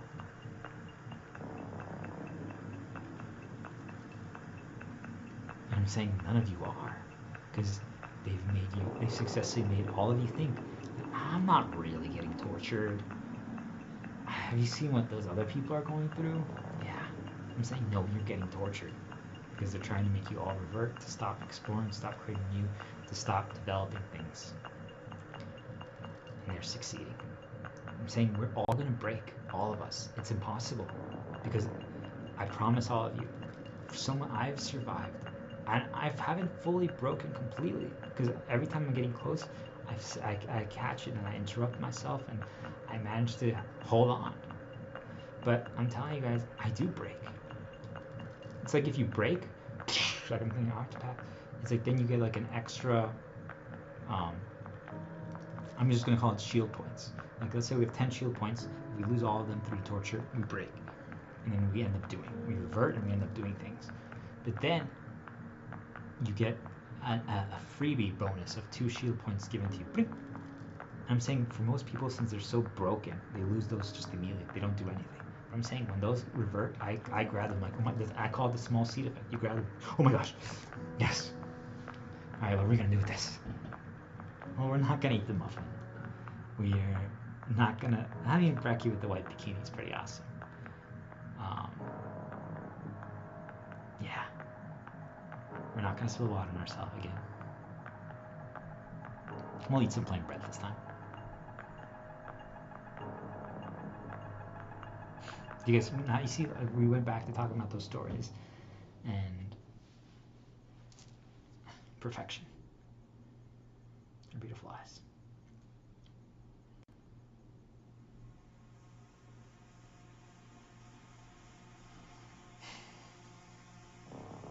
You guys see, like, you can hold on and you can make it your own, but you know that it's still got, it was an inevitability because of what you've been going through. You either would have chosen, I could have chosen to do nothing, but I'm telling you guys, is that everything I've been doing is just been getting, not tainted anymore, because I don't allow it to get fully tainted, but it's temporarily ruined. And I'm just like, oh my gosh, everything. Like, Jesus fucking Christ. It's just so exhausting. So, it just doesn't end, and they just keep doing more, and they keep doing more, and they keep doing more. It just, I'm just going to talk now, this last segment, about how it feels to be tortured.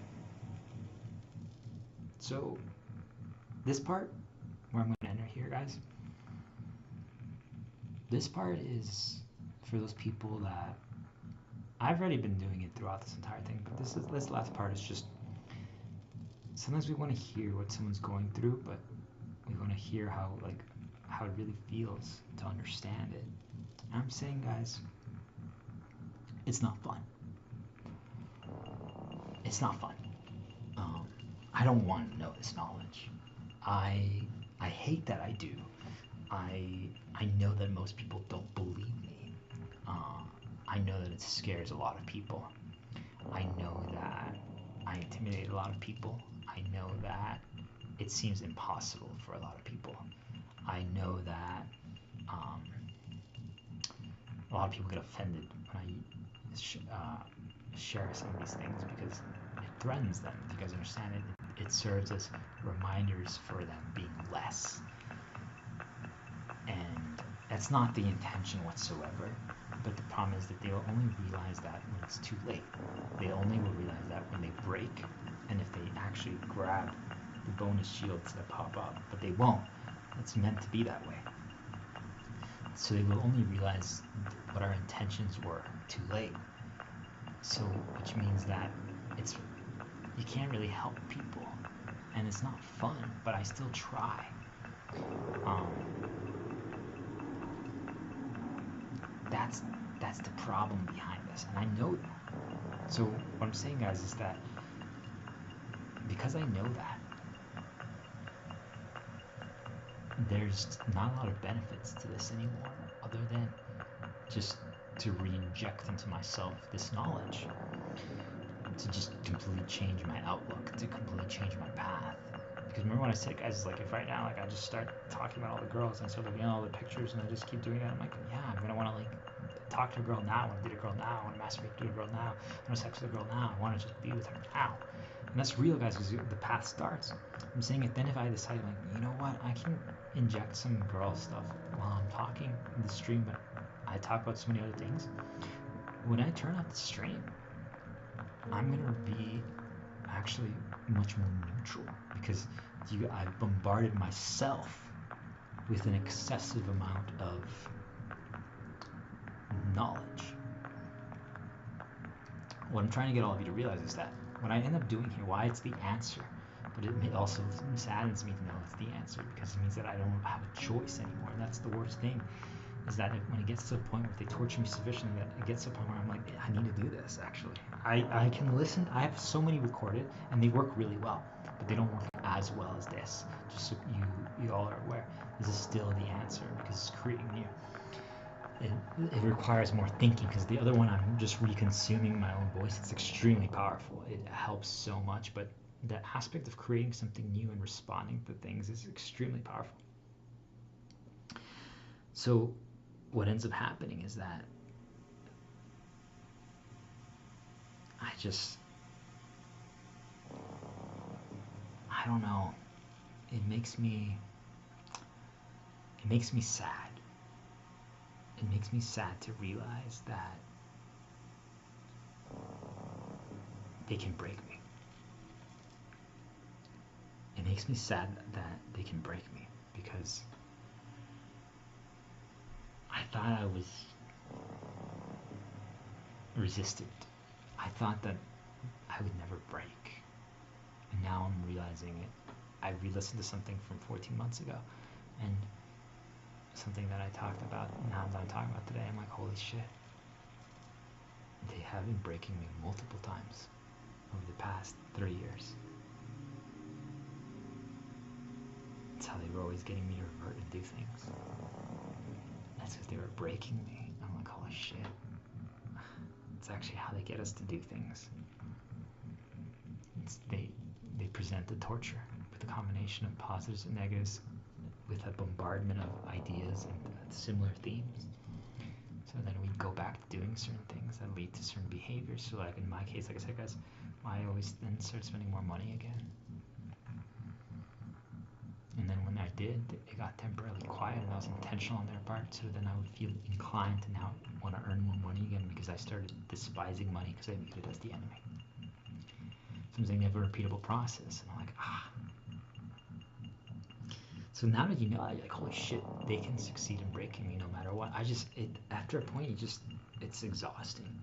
You just can't keep up anymore. You're like, You can give up and just suffer, and you will. I mean, you can just lay in bed and suffer, and you haven't fully broken, but you guys understand, like, then what? You're going to start getting extremely frustrated, which opens you up to what I call dark consumption, which is where you can start doing worse behaviors that are not you, that you wouldn't naturally do. So then you're like, I need to bombard myself with different information. I need to change my recency. I need to change my paths. I need to change all this stuff, so that I'm not only focused on the torture, because they don't let you escape, guys. That's really what it is. They don't let you escape, because I'm telling you guys that every single thing that you do, they start torturing you, and that the next thing you do, whatever it is, every single thing. So which means that the torture is top of mind, always.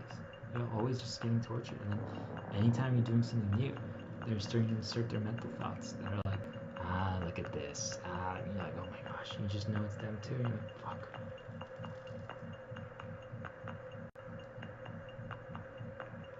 So then you break. All right, I guess I'm streaming today, and I'm not saying it's a bad thing. Like I really enjoy this. I think it's an activity that pushes me. It lets me use my creativity, and I always create stories. I learn things. I decipher things. I figure things out. I piece things together. But the main value now for myself is that it's just an easily consumable format that I can use to re-inject myself with this knowledge, just to change my path, change my recency. And sometimes I'm like, I have some that I'm like, hey, what happens when you feel like there's no hope anymore in the future? You see, like that stream talk is what many of you might call pessimistic, but it actually has a lot of value. It's a tool. It's a powerful tool that I can use if let's say they built me up to have too much belief and faith and hope. I'm like, oh, it's extremely dangerous. That means that I'm vulnerable right now to negatives presenting and things. Like I've had too many successes in my video games, or like talking to a girl right now.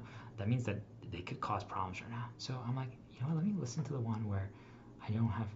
I believe that there's no hope for myself, no future for myself. Do you guys get that? If I listen to that, I start going down that path again. I'm like, wow, yeah. Why do I think that there's so much possibility? There isn't.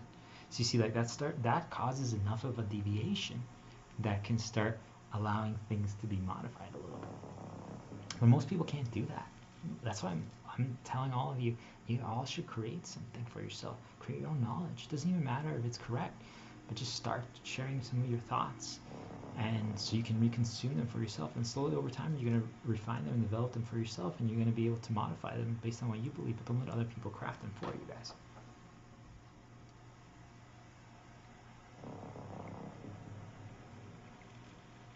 So I think this is extremely powerful.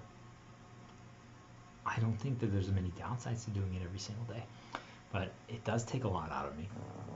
It's not easy.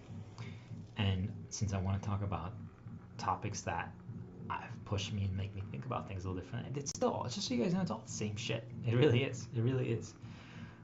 Even as I'm talking through, I'm like, oh, it really is just about the Feeding the Dark one. Just another take on securities, traumas, fears, chains, locks, strings, programs, conditions, all variables, all our conditioning artifacts. It's all that stuff. It really is. It's just another take on it. But there's some new. But you guys see, like, I don't know. I don't want to feel. I think we all agree that we don't want to feel like we got pushed into something. We want to get to something based on our agreement with it. So I'm like, hey, let's explore torture. I'm like, oh, yeah, I get tortured a lot. I get exactly, but let's explore it. I think people need to understand that they are getting tortured. Humanity, everyone is getting tortured. If they revert to optimal and what's best and what's really good and the things that they used to do, and they make things easier and they just care about the win and all stuff like that, it's because they're getting tortured. And it's through not just negatives. Some people think torture is only certain negatives. It's actually through positives as well. To create that uncertainty, to create that overwhelming feeling, to create that chaos that they don't understand, they don't know, and the negatives present, and they're like, ah! So you mean if we educate people that torture is more than what they think it is, then we can start making a difference? Yeah. I hope. But wait, that's dangerous. Yeah, it is. They can start making us revert through that. That's all it takes. Damn. Or are you starting to get tortured again? Exactly. You guys see? So I'm like, imagine if like the things that share my vessel decided to be like, hey, let's explore torture.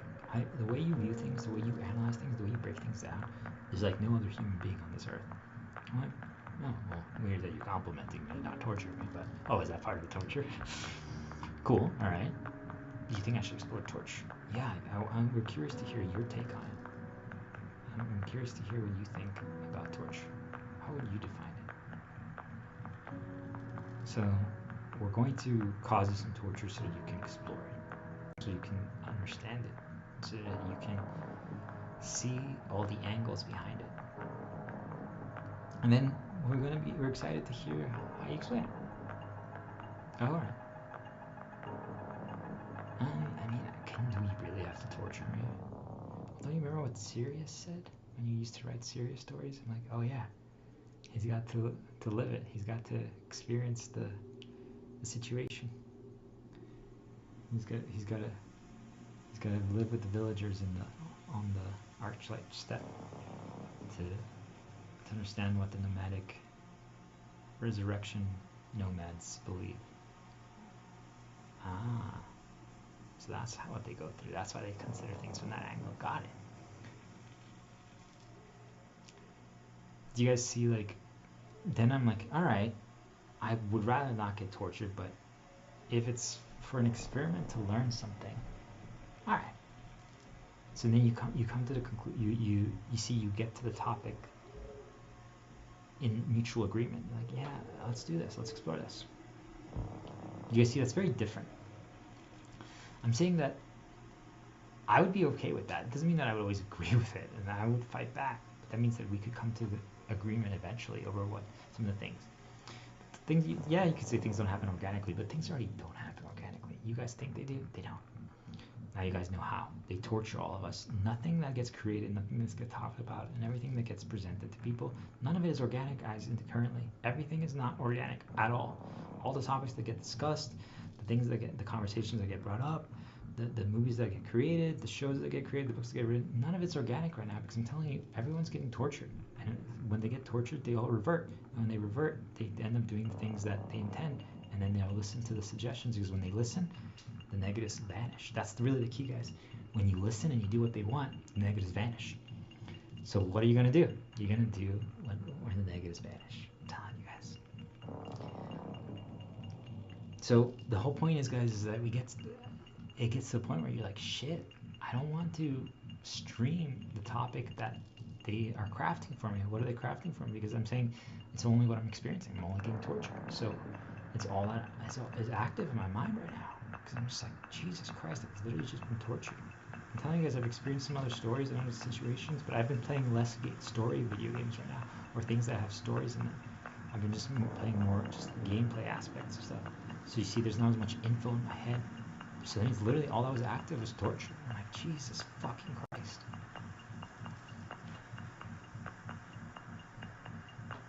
That's the key, guys, is that you're gonna break, but when you do, can you choose to do it differently? Can you have only a crumb of the muffin, not the whole muffin? Can you choose to spill water intention? Just kidding. You see, guys, can you still choose? Can you fight back knowing, this is what got created? But can I still fight back even a little bit? Can I make it better? That is what we all need to get to. I'm telling you guys, we'll never be able to defeat completely the topics that they want us to talk about or how they want us to do things. But we can make it better. So I ask all of you, have you now learned and identified how torture actually operates? All of us are getting tortured, but we still have a choice. What do we do once we realize and when we break? Do we revert and become who they want us to be and to do what they want? Or do we fight back? We're going to break.